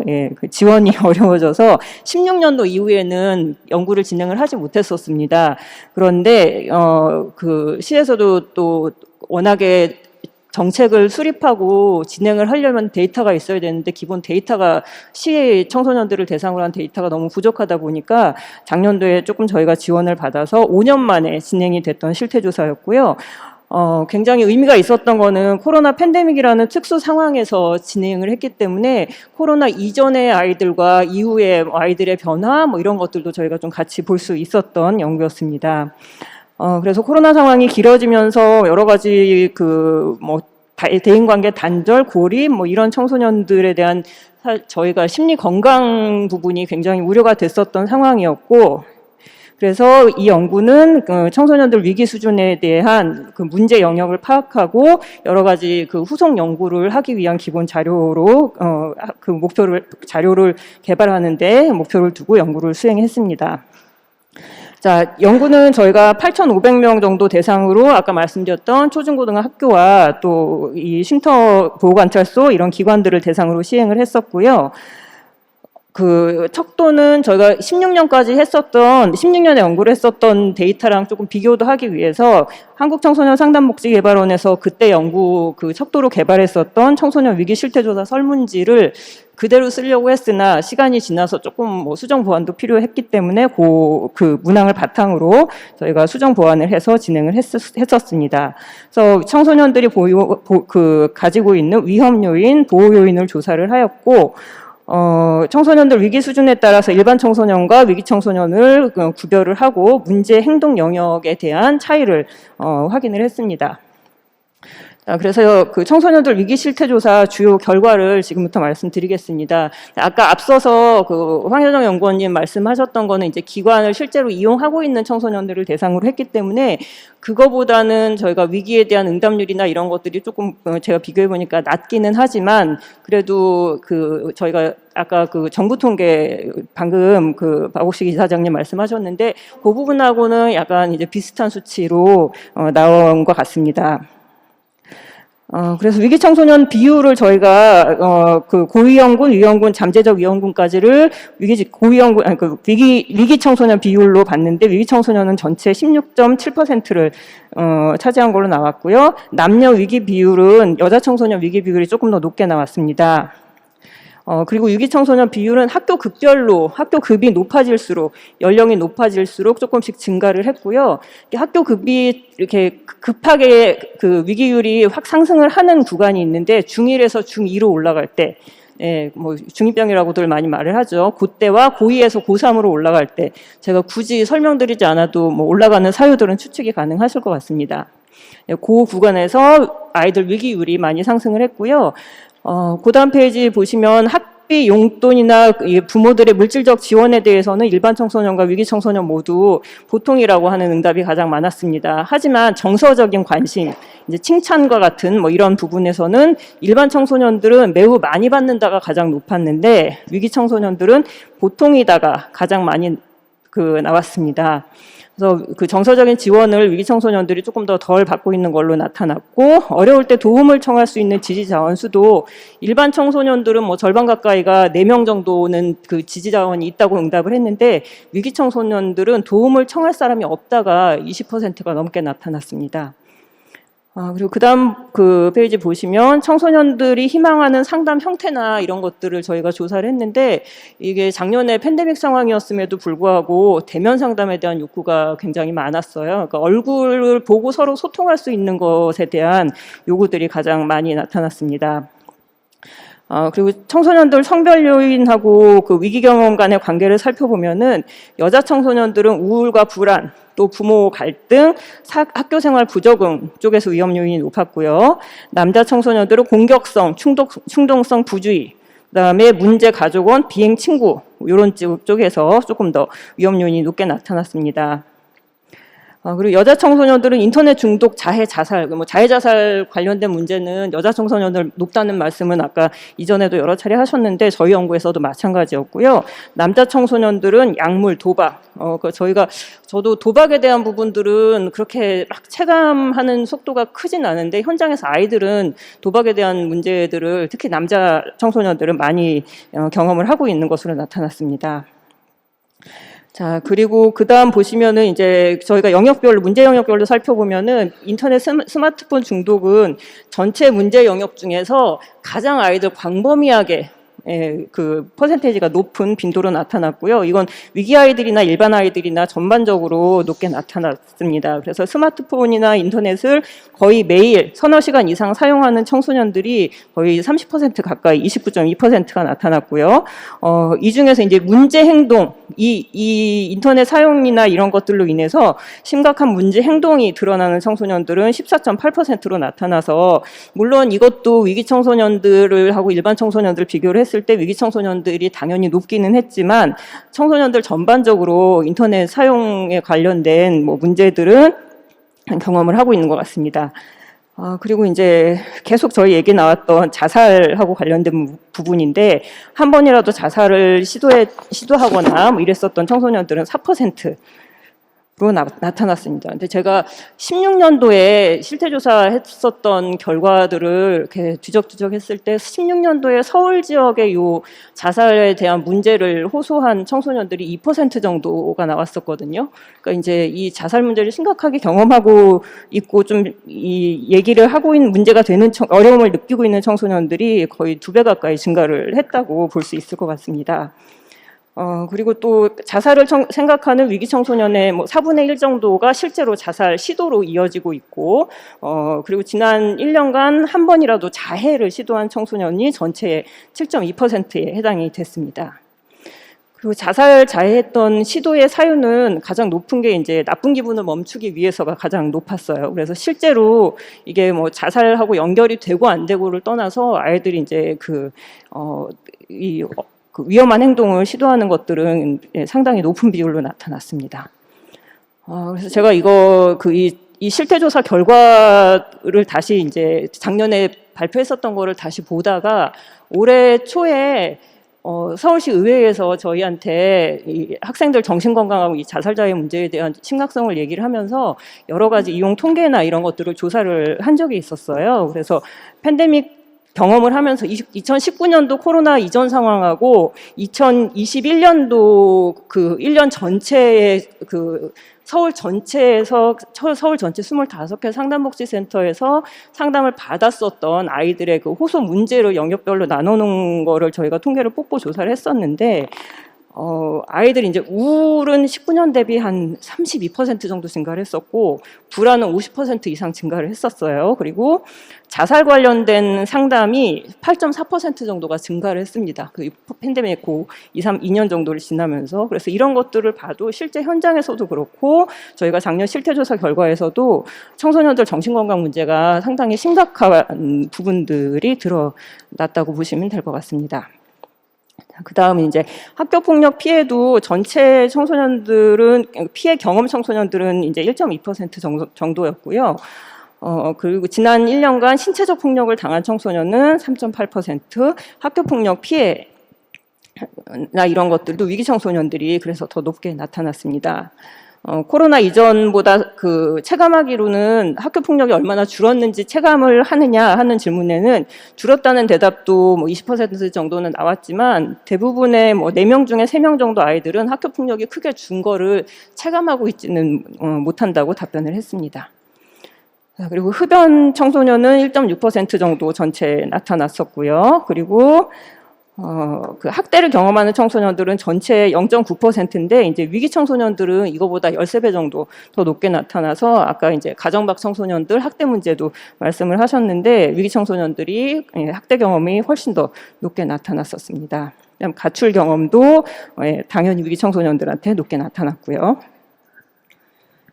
그래서 마지막으로 이 그 실태조사 제가 주요 연구는 지금 말씀을 드렸고, 이 연구를 통해서 위기 청소년들 지원 방안에 대해서 간단히 말씀드리겠습니다.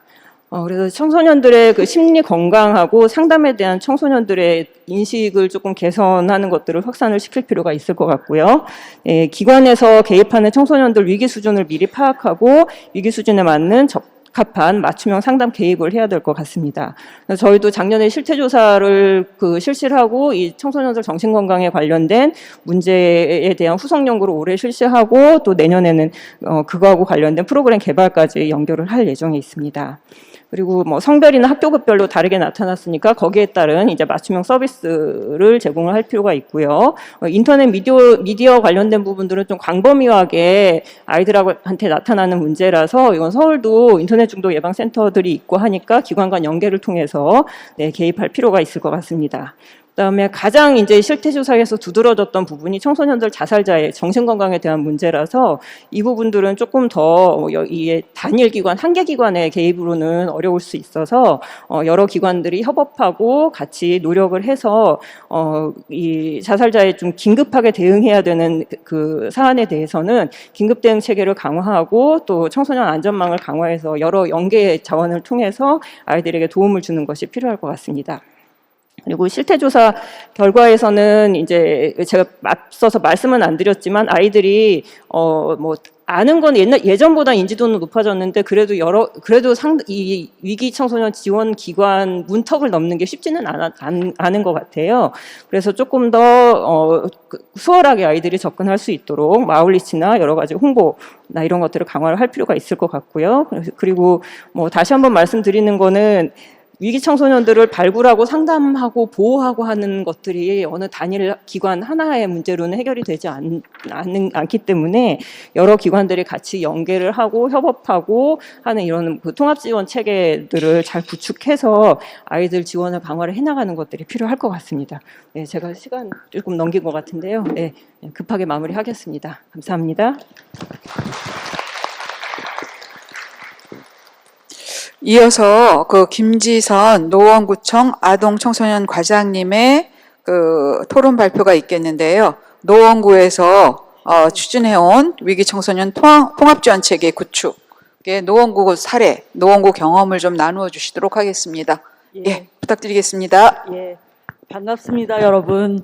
한 근 3년 만에 이런 자리에 오는 것 같습니다. 줌으로만 하다가요. 그래서 정말 반갑고 많은 분들 만나 뵙게 돼서 오늘 즐겁습니다.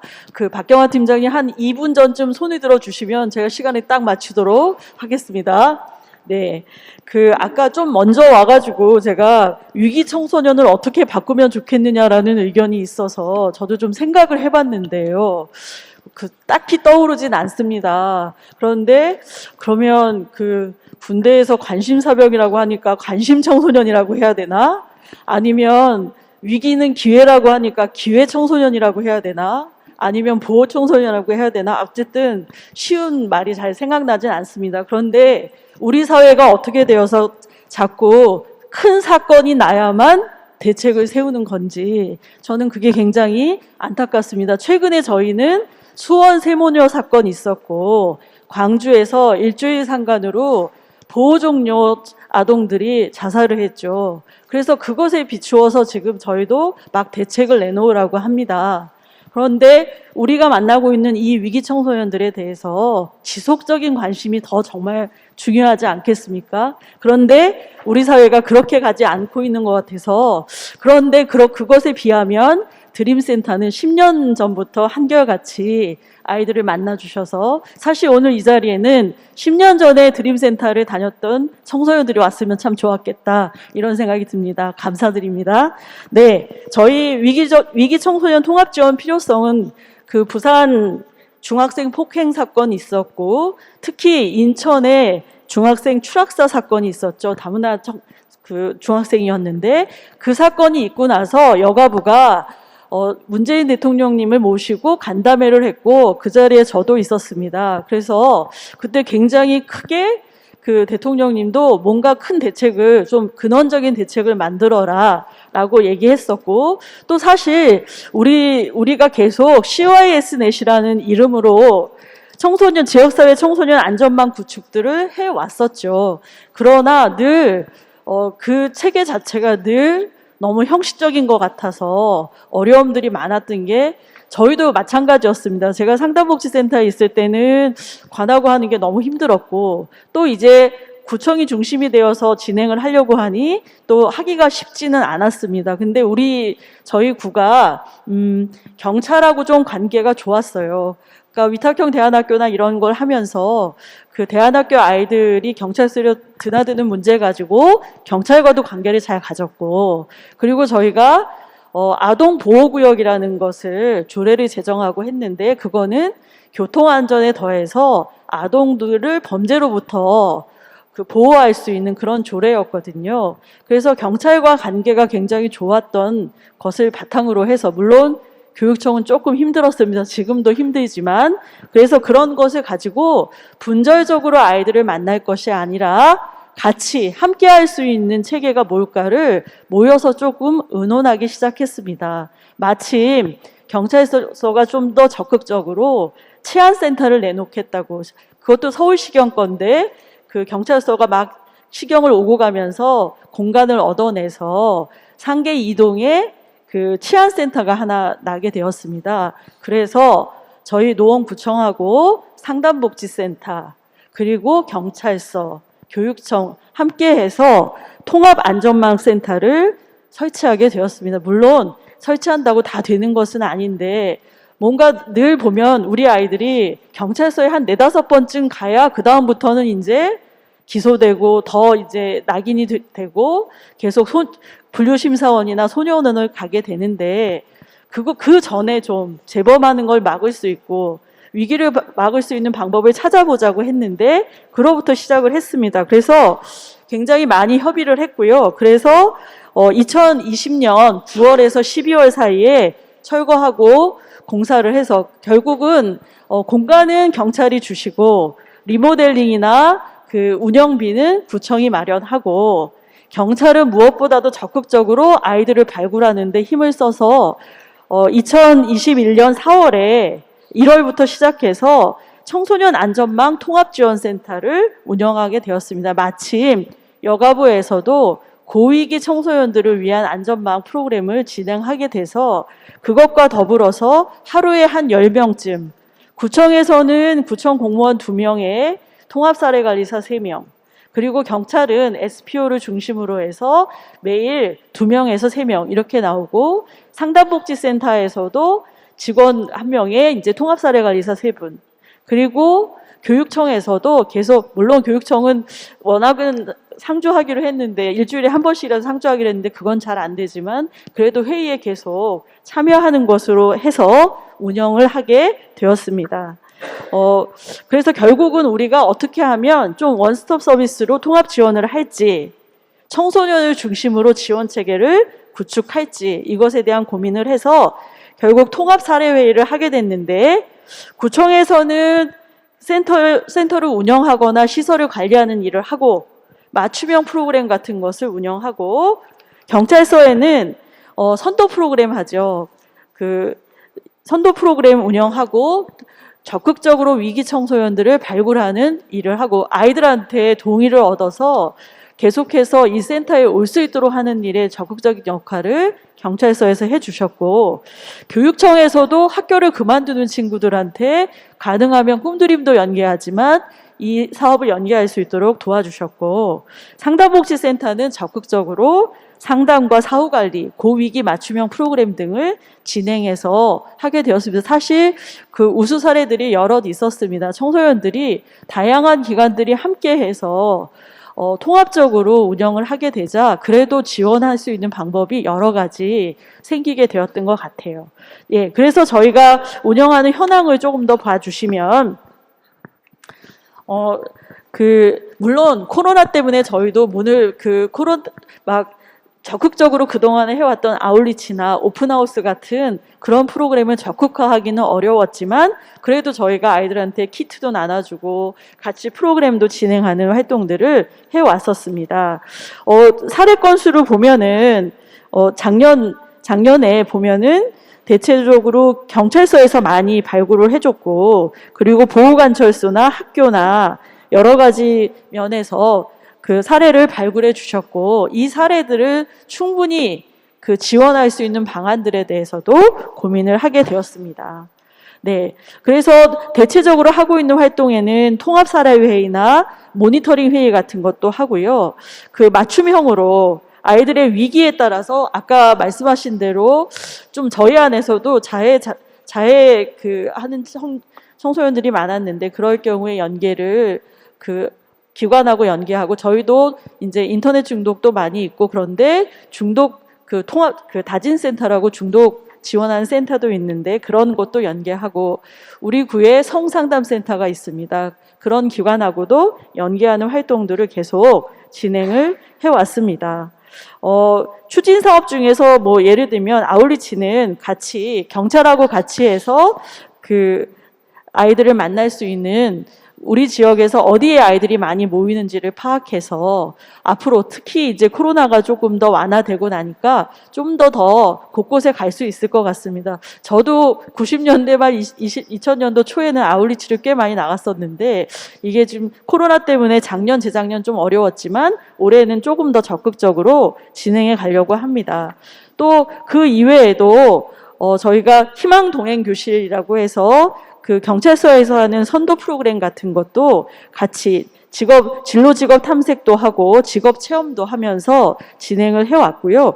특히나 가족들 간에 갈등이 있는 청소년들을 대상으로 해서 가족 사진, 이것을 통해서 좀 뭔가 가족 간의 관계가 조금이나마 완화할 수 있는 방법도 찾아봤고, 오픈하우스라고 해서 아이들에게 그저 맛있는 밥 한 끼 제공하는 건데, 그걸 통해서 아이들이 많이 만날 수 있는 기회가 되기도 했습니다. 예, 다음으로는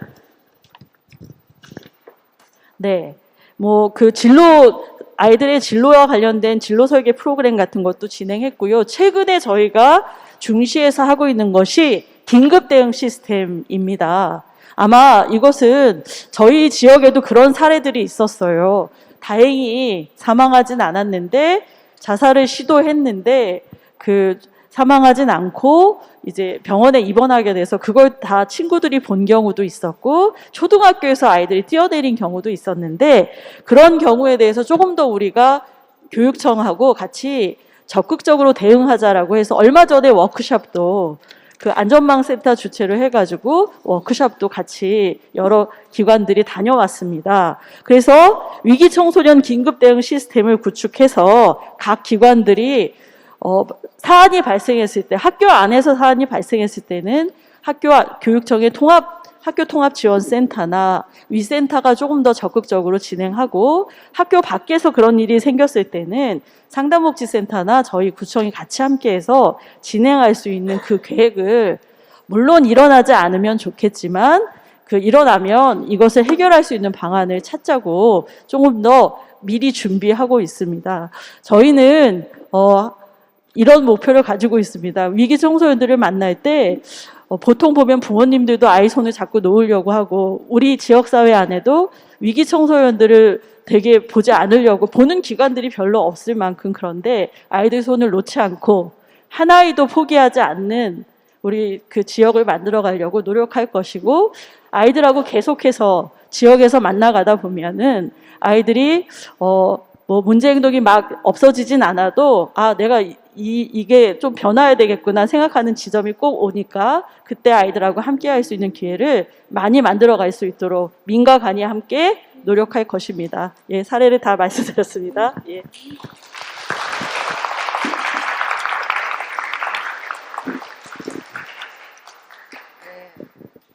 김지성 과장, 노원에서 이런, 사실 교육청, 경찰서, 그 다음에 구청, 또 하나 뭐죠? 상담복지센터, 청소년 기관이에요. 이 청소년 기관 상담복지센터. 이렇게 4기관이 합쳐서, 서로 다른 기관들이 서로 다른 기관에 있는 인력들을 파견해갖고, 좀 통합적 지원을 하게 되는, 그러니까 지역사회 안전망을 구축했거든요. 저 이름만 있던, 형식만 있던 안전망을 실제적으로 구축해낸 데에는 일단은 저는 이런 요소가 있다고, 청소년에 굉장히 초점을 뒀다. 청소년에 초점을 뒀다. 주로 그동안 다루지 못하고 있던 경찰, 비행, 그렇죠?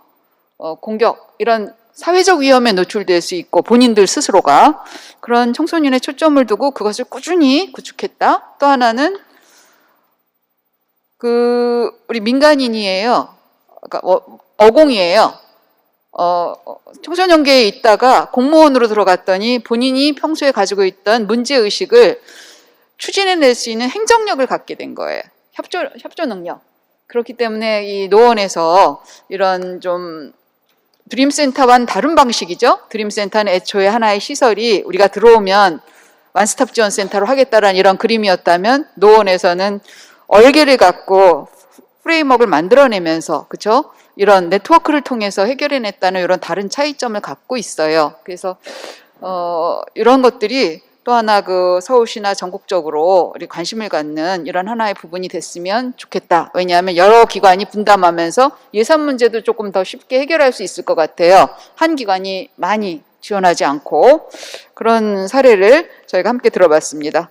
다음으로는 우리 서울연구원의 이혜숙 연구위원께 토론 발표를 부탁드리겠는데요. 서울연구원은 서울에 관한, 그렇죠? 모든 문제, 다양한 문제를 다 연구하고 있는데, 우리 이혜숙 연구원은 청소년 문제, 교육, 이런 부분들을 좀 전담해서 연구해 주시는 그런 연구원이십니다. 예, 부탁드리겠습니다. 예, 반갑습니다. 이혜숙입니다.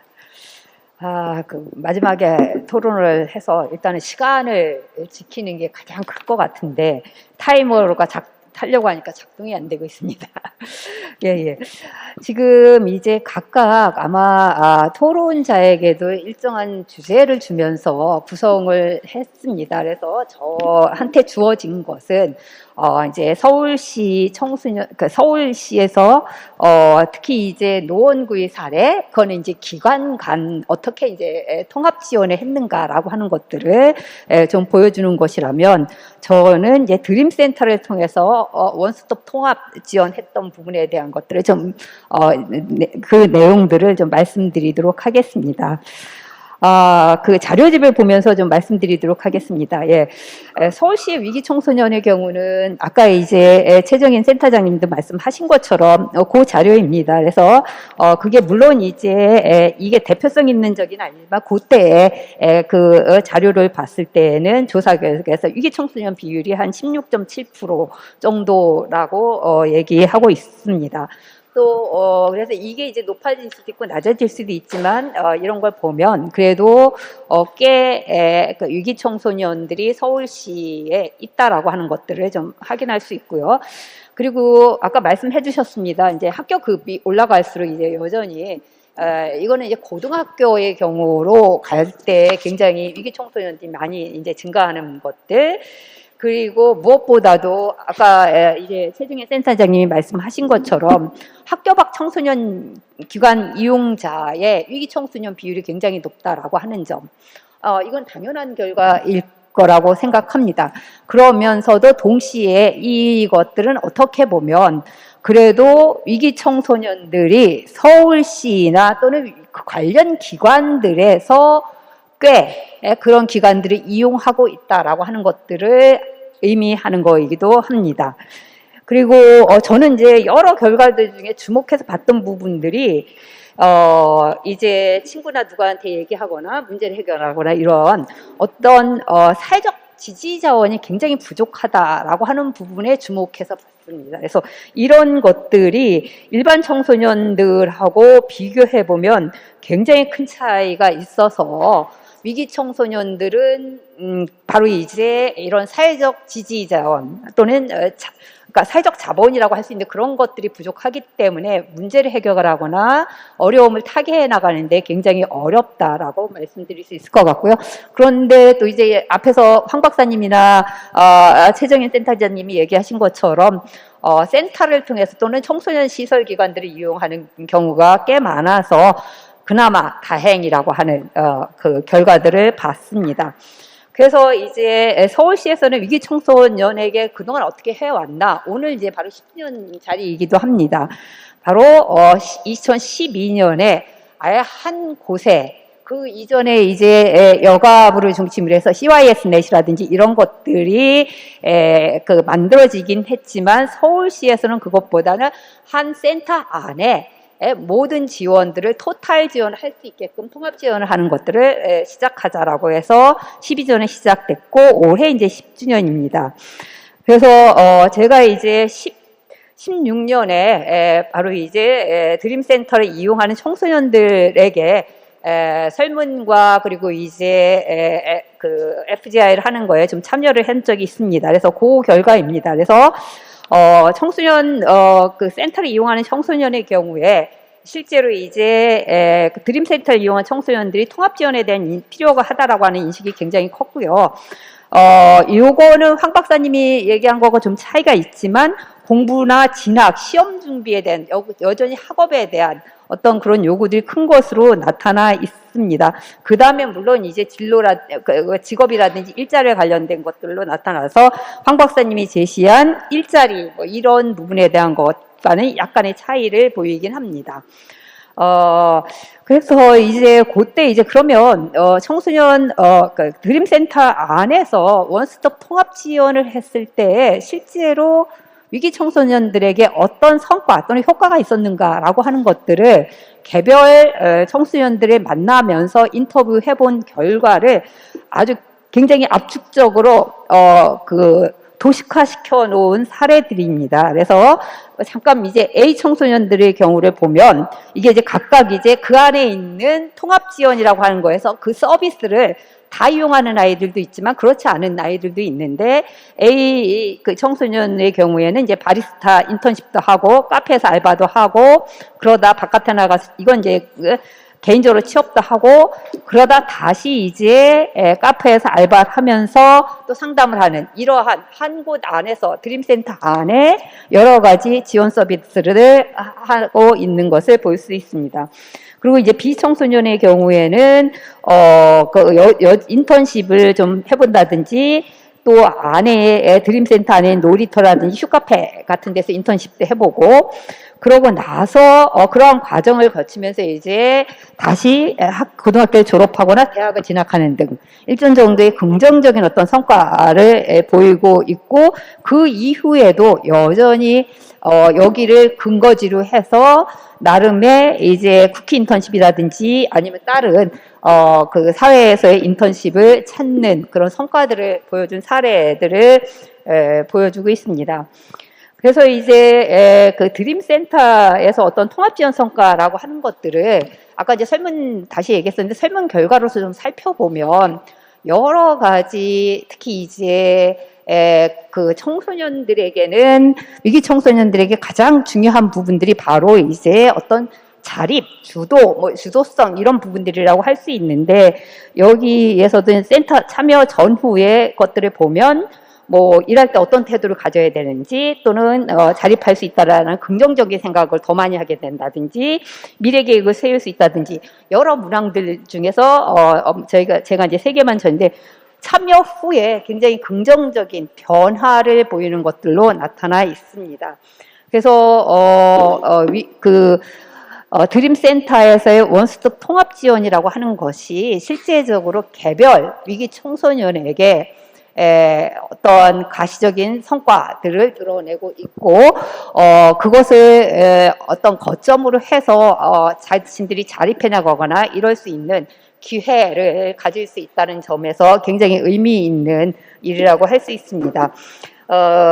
어떻게 보면 저는 이제 그 위기 청소년들이 자립할 수 있고 그리고 긍정적으로 사회의 한 구성으로 성장해 나가기 위해서는 아까 말씀드렸던 것처럼 어떤 사회적 지지 세력을 어떻게 형성해 나갈 것인가라고 하는 것이 관건일 거란 생각이 듭니다. 그래서 이 지지 세력을 만들어가는 방법이 뭐 시설 저희 이제 청소년 관련된 시설 기관을 기반으로 해서 할 수 있고 또는 아니면 시설 기관에서 어떤 성인들을 연결시켜 주거나 또래를 연결시켜 주거나 또는 뭐 대학생이든 뭐 이런 저기들이 해서 지속적으로 관심을 갖고 아까 말씀하신 관심 청소년 이렇게 바꾼다든지 관심을 가져줄 수 있는 그런 계기를 만들면서 이후에 자립할 수 있게끔 해나갈 필요가 있다라는 생각이 들었습니다.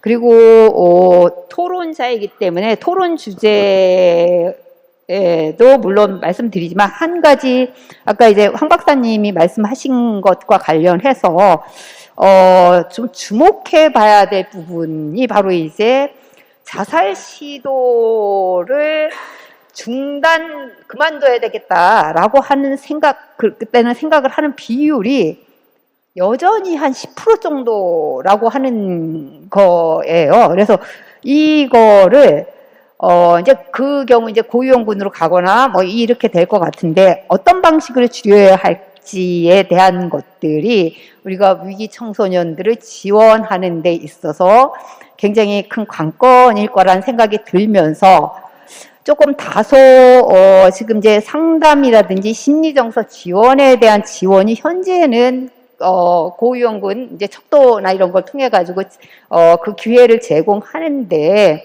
일정 정도 조금 사회에서 또는 서울시에서 적극적으로 상담이나 그런 정서적인 어떤 지원을 할 수 있는 것들을 보편적으로 제공하는 특히 이제 지금 관련 기관에 있는 이용자들에게는 그런 전폭적인 전환이 좀 필요하지 않겠는가라는 생각을 하면서 토론을 마무리하겠습니다.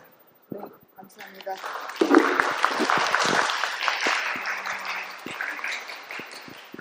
지금 그 포럼을 진행하면서 저희가 이제 상호 토론이 있고 질문이 있는데 저희가 시간이 지금 남은 시간이 한 뭐 15분 정도 남아 있는데 이미 좀 사전에 질문 받은 것이 있어서 그걸 여러분들한테 소개를 드리고 그다음에 이 부분에 대한 것을 답변해 주실 수 있는 분이 있으면 좀 답변을 부탁드리겠습니다.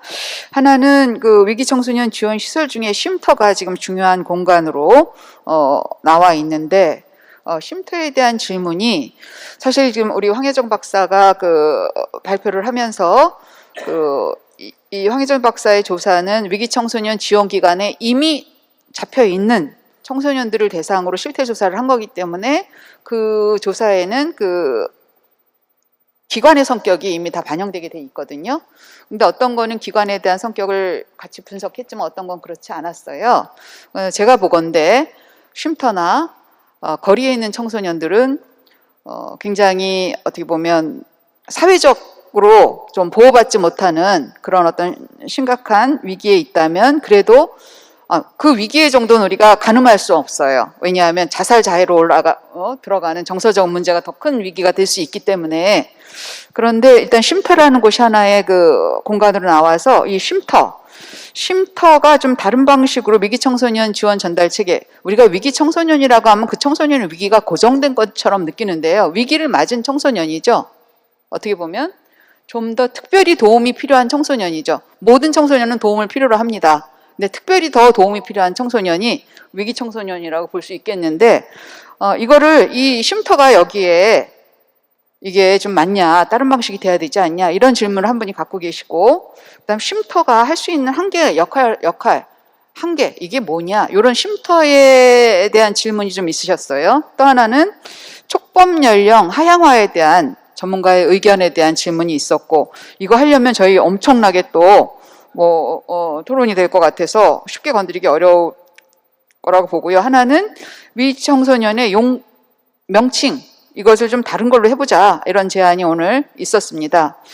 그 다음에 이 위기 청소년이라 그러면 뭐 한 가지 문제만 있으면 해결이 쉽습니다. 사실은 여러 가지 문제가 복합되어 있죠. 위기 청소년에게 그 위기가 복합되어 있기 때문에 굉장히 더 어려워지는데, 이걸 어떻게 예방하고 보호하냐, 라는 문제인데, 좀 이럴 때 조금 위기 청소년을, 왜냐하면 위기 청소년 지원 시설에도 위기 청소년 발굴이 어렵다는 거예요. 발굴이 어렵다. 그러니까 위기 청소년을 어떻게 발굴하냐, 온라인이냐 오프라인이냐, 이게 한계가 있는데 어떻게 발굴해서 이들을 잘 성장시키느냐 하는 이런 질문을 좀 갖고 있었어요. 그래서 위기 청소년의 발굴과 지원의 어떤 그 방안, 뭐 이런 것들에 대한 의문이 있었고, 또 하나는 학교 내에 학업 중단 어려움을 겪고 있는 학생들을 위한 심리정서적 문제, 학교에 계신 분인 것 같아요. 이 부분은 사실 학교에서 모든 문제가 있는데 거기서 이제 우리가 보고 있잖아요. 근데 이것들이 학교 밖으로 나온다고 해서 학교 안에 있는 애들이 학교 밖으로 나온다고 해결되는 건 아닌데, 이런 학교에서 그러면 이 위기를 겪고 있는 친구들에게 어떻게 하면 좋은가라는 이런 질문이 있었어요. 교육 체계 내 질문입니다. 이런 질문들이 이미 들어와 있습니다. 그래서 이 부분과 관련해서 좀 쉼터? 대답해 주실 수 있는 분이 있으면, 쉼터에 대한 얘기는 쉼터의 역할, 한계, 그 다음에 쉼터 외에 어떤 위기 청소년 전달 체계, 이런 부분들에 대해서 한번 좀 답변해 주실 분이 있으시면 답변을 좀 부탁을 드릴게요. 우리 박옥식 이사장님. 네. 잠깐 말씀드리면, 어쨌든 청소년 쉼터가 이제 가출 청소년들이 증가하면서 굉장히 필요한 기능을 좀 해야 되는데, 최근 얼마 전까지만 해도 사실 저희한테도 이제 상담을 의뢰했고, 또 오늘 오전에도 상담을 했는데, 이제 학교를 그만둘 수밖에 없는 청소년들, 특히 다문화 청소년들이 학교 폭력 피해가 6배가 높습니다. 그러다 보니까 이 청소년들이 가정에서도 제대로 대우 못 받고 학교에서도 그렇고, 그러니까 이제 밖으로 뛰쳐나갈 수밖에 없는 상황인데, 또 쉼터를 가려다 보면 쉼터에서는 또 바로 부모님께 연락을 해서 또 가정에 복귀를 시킨다고 하다 보니까 애들이 그걸 잘 안 간다는 거죠.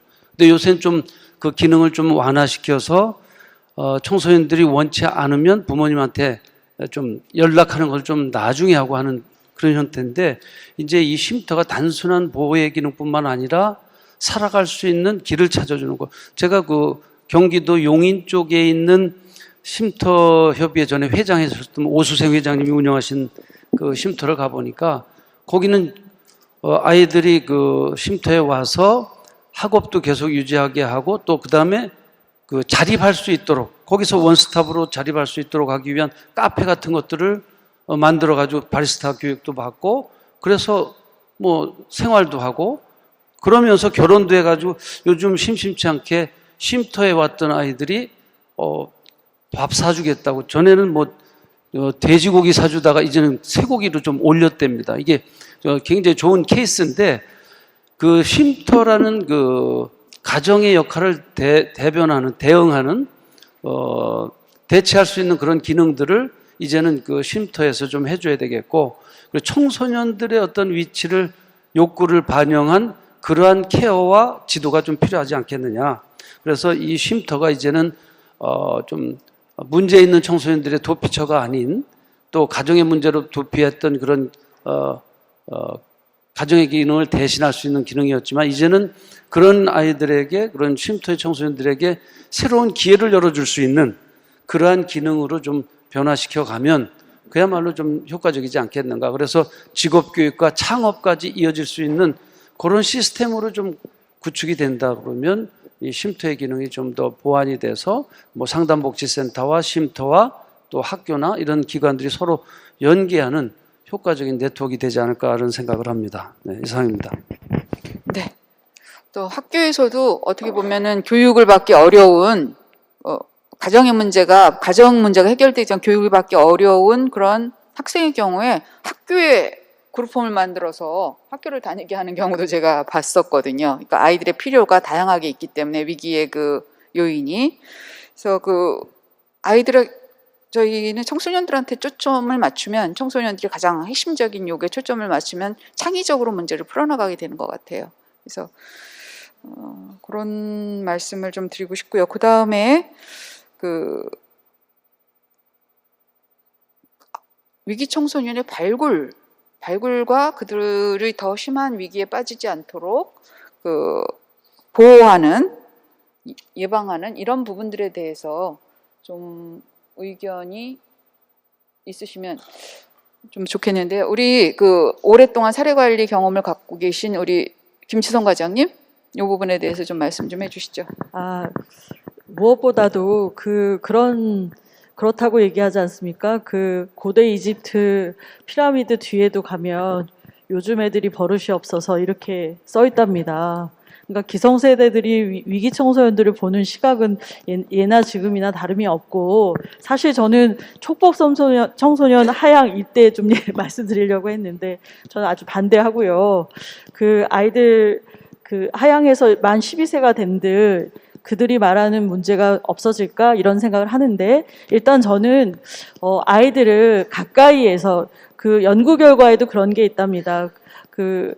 어느 지역에선가 아이들이 더 좋아지진 않지만 나빠지지 않는 이유는 그 지역에서 계속 아이들과 함께하는 그 지도자들이 있었다, 이런 것인데, 그래서 저는 지역사회 안에서 늘 아이들이 언제든 찾아와도 있을 수 있는 그 어른들이 있으면 더 그 아이들을 만나갈 수 있는데, 그래서 저는 지역 안에서 아주 관심을 가지고 학교와 경찰과 같이 저희가 하고 있는 방식처럼 여럿이, 결국은 아이들이 드림스타트에도 갔다가 교육복지센터에도 갔다가 또 상담복지센터에도 오고 그렇습니다. 그래서 관심을 가지고 지역에 있는 어른들이 함께 얘기하다 보면 발굴되는 것 같고, 저는 조금 안타깝지만 어렸을 때 봤던 친구들이 지금 아동학대 가해자로 또 저희 쪽에 또 저희 그 과의 팀이, 아동보호팀이 있는데 또 그렇게 오는 경우도 있고, 그래서 좀 안타까운 경우도 있기는 하지만, 이렇게 지역 안에서 계속해서 보아가다 보면 좀 더 발굴이 잘 되지 않을까, 이런 생각을 하게 됩니다. 예. 네. 그러니까 결국은 지역의 다양한, 지금 보니까 저희 꿈드림이라는 교육청에서 오는 청소년, 경찰에서 오는 청소년, 사실 거리에서 발굴된다라고 얘기를 하면 거리에 청소년들이 모이는 장소에 우리 청소년 워커들이 가 있어야 되거든요. 가 있어야 되는데, 저희가 기관에 갇혀서, 조직에 갇혀서 일을 하다 보면 발굴이 되게 어려운 점이 있는 거죠. 그래서 지역의 청소년 네트워크, 지역의 발굴 네트워크가, 결국 지역의 워커들이 조직화돼서 네트워킹되는 이런 부분들이 굉장히 중요하다, 이런 말씀을 좀 해주신 것 같아요. 네. 그러면 저희가 여기서 일단 이미 사전 질문을 마치고요. 이 지금 플로어에 계신 선생님들께서 질문하시고 싶은 얘기 있으면 지금 질문을 좀 받도록 하겠습니다. 예.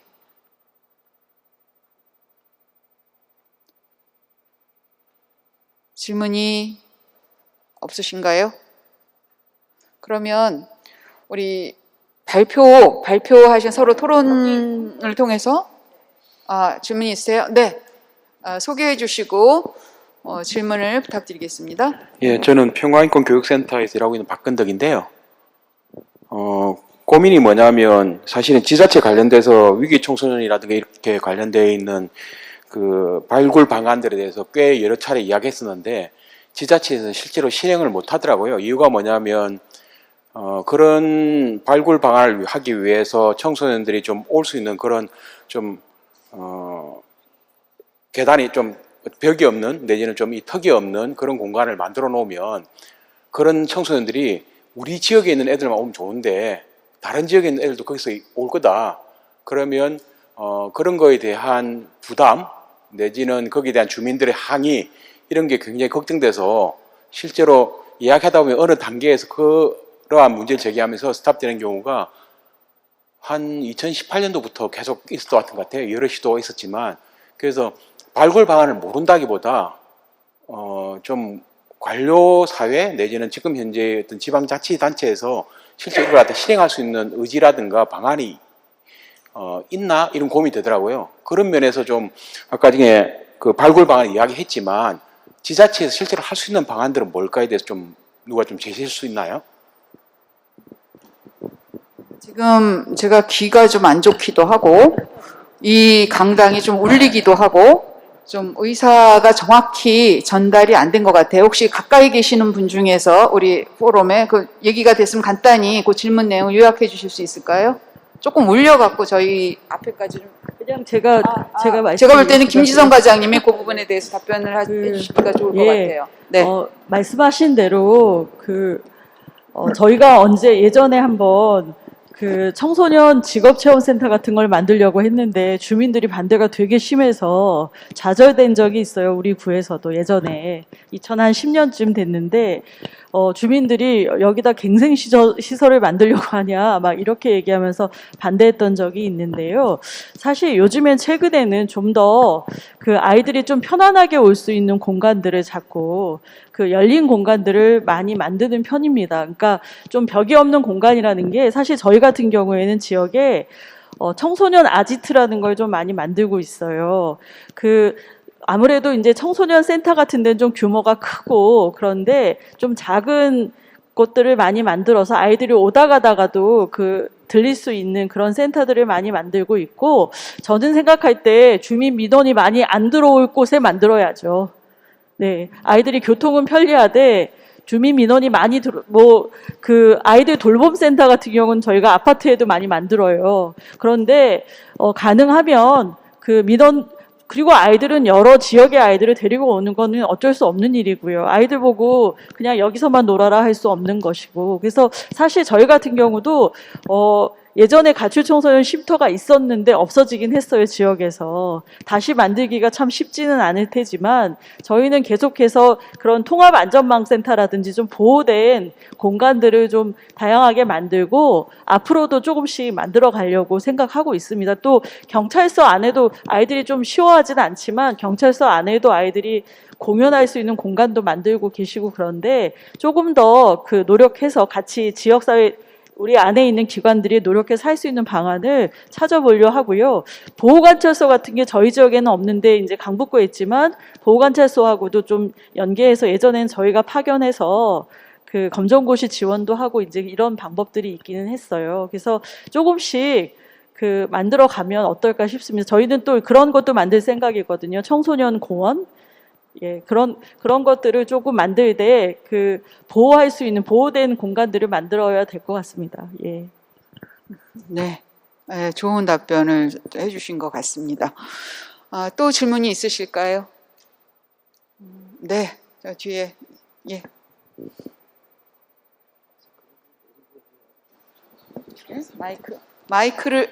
마스크를 조금 내리고 얘기해 주시면은 전달이 좀 되기가 쉬울 것 같습니다.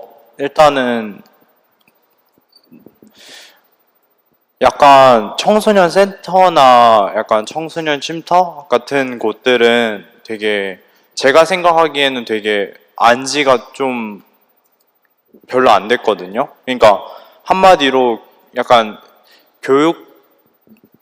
현재 공교육 시스템을 차근차근 잘 밟아오고 있는 학생들에게 위기가 찾아왔을 때 그런 학생들은 되게 어떻게 보면 그런 시스템을 이용하기 어려운 거잖아요. 그래가지고 저도 이거에 대해서 어떻게 하면은 약간 이런 청소년들도 이거를 잘 이용할 수 있게 될 수 있을까에 대해서 가끔씩 생각을 하는데 약간 이거에 대해서 뭔가 예시나 해결 방안 같은 게 있으신지 약간 궁금합니다. 네. 그러니까 지금 저희가 쉼터나 청소년 센터는 또 다르죠. 예? 청소년 센터는 문화적 기능을 하고 있기 때문에 청소년 쉼터는 학교 안에 있거나 밖에 하여튼 청소년 쉼터는 제가 볼 때 가정으로부터 뛰쳐나올 수 있는 이 쉼터는 두 가지 의미가 있는 것 같아요. 가정이 너무나 힘들어서 학대나 방치나 박해나 뭐 가정이라는 것이 오히려 있을 수 없어서 애들이 나올 수밖에 없는 애들, 나올 수밖에 없는 청소년들, 그 다음에 나와야 되는데도 못 나오는 애들이 있거든요. 가정에 묶여서 성폭력을 당하면서도. 그러면 나올 힘이 있는 애들이 나왔다 이렇게 볼 수 있어요. 지금 말씀은 학교에 있든 가정에 있든 거기서 도움받을 수 있는 뭔가의 방안 뭐 이런 것은 좀 없겠느냐 이런 건데요. 일단 상담복지센터에 계신 우리 부장님께서 좀 한번 말씀해 주시면 어떨까요? 최정인 부장님. 네. 네. 저도 제가 이해한 게 맞는지 한번 다시 여쭤보고 말씀을 드려야 될 것 같은데요. 그러니까 쉼터나 뭐 이런 쪽 이제 가정 밖으로 나온 청소년들에 대한 부분들도 있고, 그 다음에 학교 안에 있는 청소년들이 이런 시설이나 이런 것들을 이용하기에 문턱이 좀 높거나 잘 모르고 있다. 이거를 어떻게 하면 이런 부분들을 개선할 수 있을까에 대한 질문으로 저는 이해를 했는데 맞나요? 네. 네, 그래서 저희도 사실 저희도 시립기관이고 지자체에서 운영을 하는 기관이다 보니까 학교 안에 들어가서 여러 프로그램이나 이런 것들을 홍보하고 지원하고 하는 것들이 굉장히 사실 어렵습니다. 학교 자체가 워낙 보수적인 기관이기도 하고 그 학교라는 벽을 뚫고 저희가 들어가기가 참 여러 가지로 힘들어요. 그게 이제 그 학교에서는 아이들에 대한 보호 차원도 있지만 사실 바깥에서 여러 가지 또 서비스를 이용을 할 때는 자체적으로 아이들이나 뭐 부모님들이나 그 자원들을 찾아야 되는 상황들이 또 발생을 하고 있어서 저희도 뭐 최선을 다해서 이 청소년 안전망, 이 통합지원 체계에서 교육청이나 학교 쪽하고 끊임없이 같이 네트워크로 구축을 하고 전달을 하고 또 이런 전달 체계, 그러니까 학교 안에서 그 청소년들이 이용할 수 있는 게 알고 있는 아까 이제 초반에 발표하신 황효정 연구원님도 말씀하셨듯이 위센터 쪽에 대한 정보는 꽤 많은데 지역사회에 대한 정보가 아이들에게 전달되기가 참 어려워요. 그래서 그런 부분들을 조금 더 저희도 강화하고자 여러 가지 뭐 홍보도 하고 또 특히 학교 안에서도 뭐 자살 예방이나 이런 생명 존중이나 이런 거에 대한 욕구들이 굉장히 커지고 있어서 그런 교육도 적극적으로 들어가서 해야 될 거고 또 사건 사고가 일어났을 때 학교 안에서의 역량이 조금 한계가 있을 수도 있어서 지역사회하고 협업을 해서 같이 아이들을 지원을 하는 노력을 기울여야 된다라는 얘기는 저희도 뭐 교육청 통합 네트워크 또 개별 학교에 대한 지원이나 이런 것들을 계속 확대를 해나가면서 하고 있습니다. 그래서 아이들을 지역사회 자체에서 직접 만나는 작업이나 홍보들도 계속 끊임없이 해야 될 거고 아울리치나 이런 부분들 통해서 그리고 학교 안에서의 소통은 사실 위에서부터의 소통은 교육청이나 그러니까 서울시 교육청이나 이제 기관 윗선에서 조금 기관 간에 부처 간에 얘기해서 그 벽을 낮추는 노력들을 끊임없이 해야 될 것 같고요. 또 기관 개별 센터나 이런 쪽은 뭐 또 학교하고 끊임없이 같이 지역사회 안에서 가까운 학교들하고 또 연계해서 뭐 홍보하고 프로그램 지원하고 뭐 하는 노력들이 계속 되어야 될 것 같습니다. 네.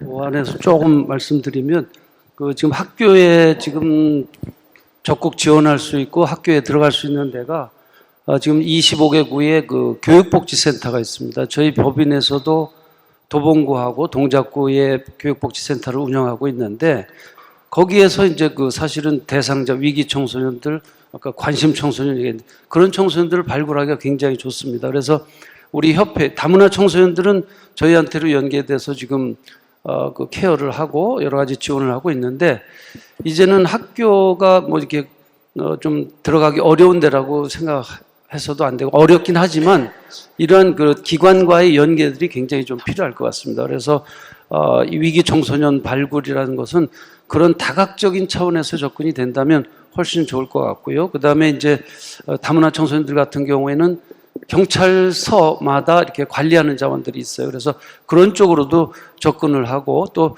저희도 이제 다문화 청소년들 같은데 또 취약계층 청소년들은 경찰서에서 연락이 와서 우리가 같이 가서 도움도 주고 이렇게 하고 하는데 그런 차원에서 좀 더 이 여러 가지 틈새들을 적극적으로 찾아가는 우리 그 위기 청소년 관련된 기관들의 노력이 좀 필요하다고 생각을 합니다.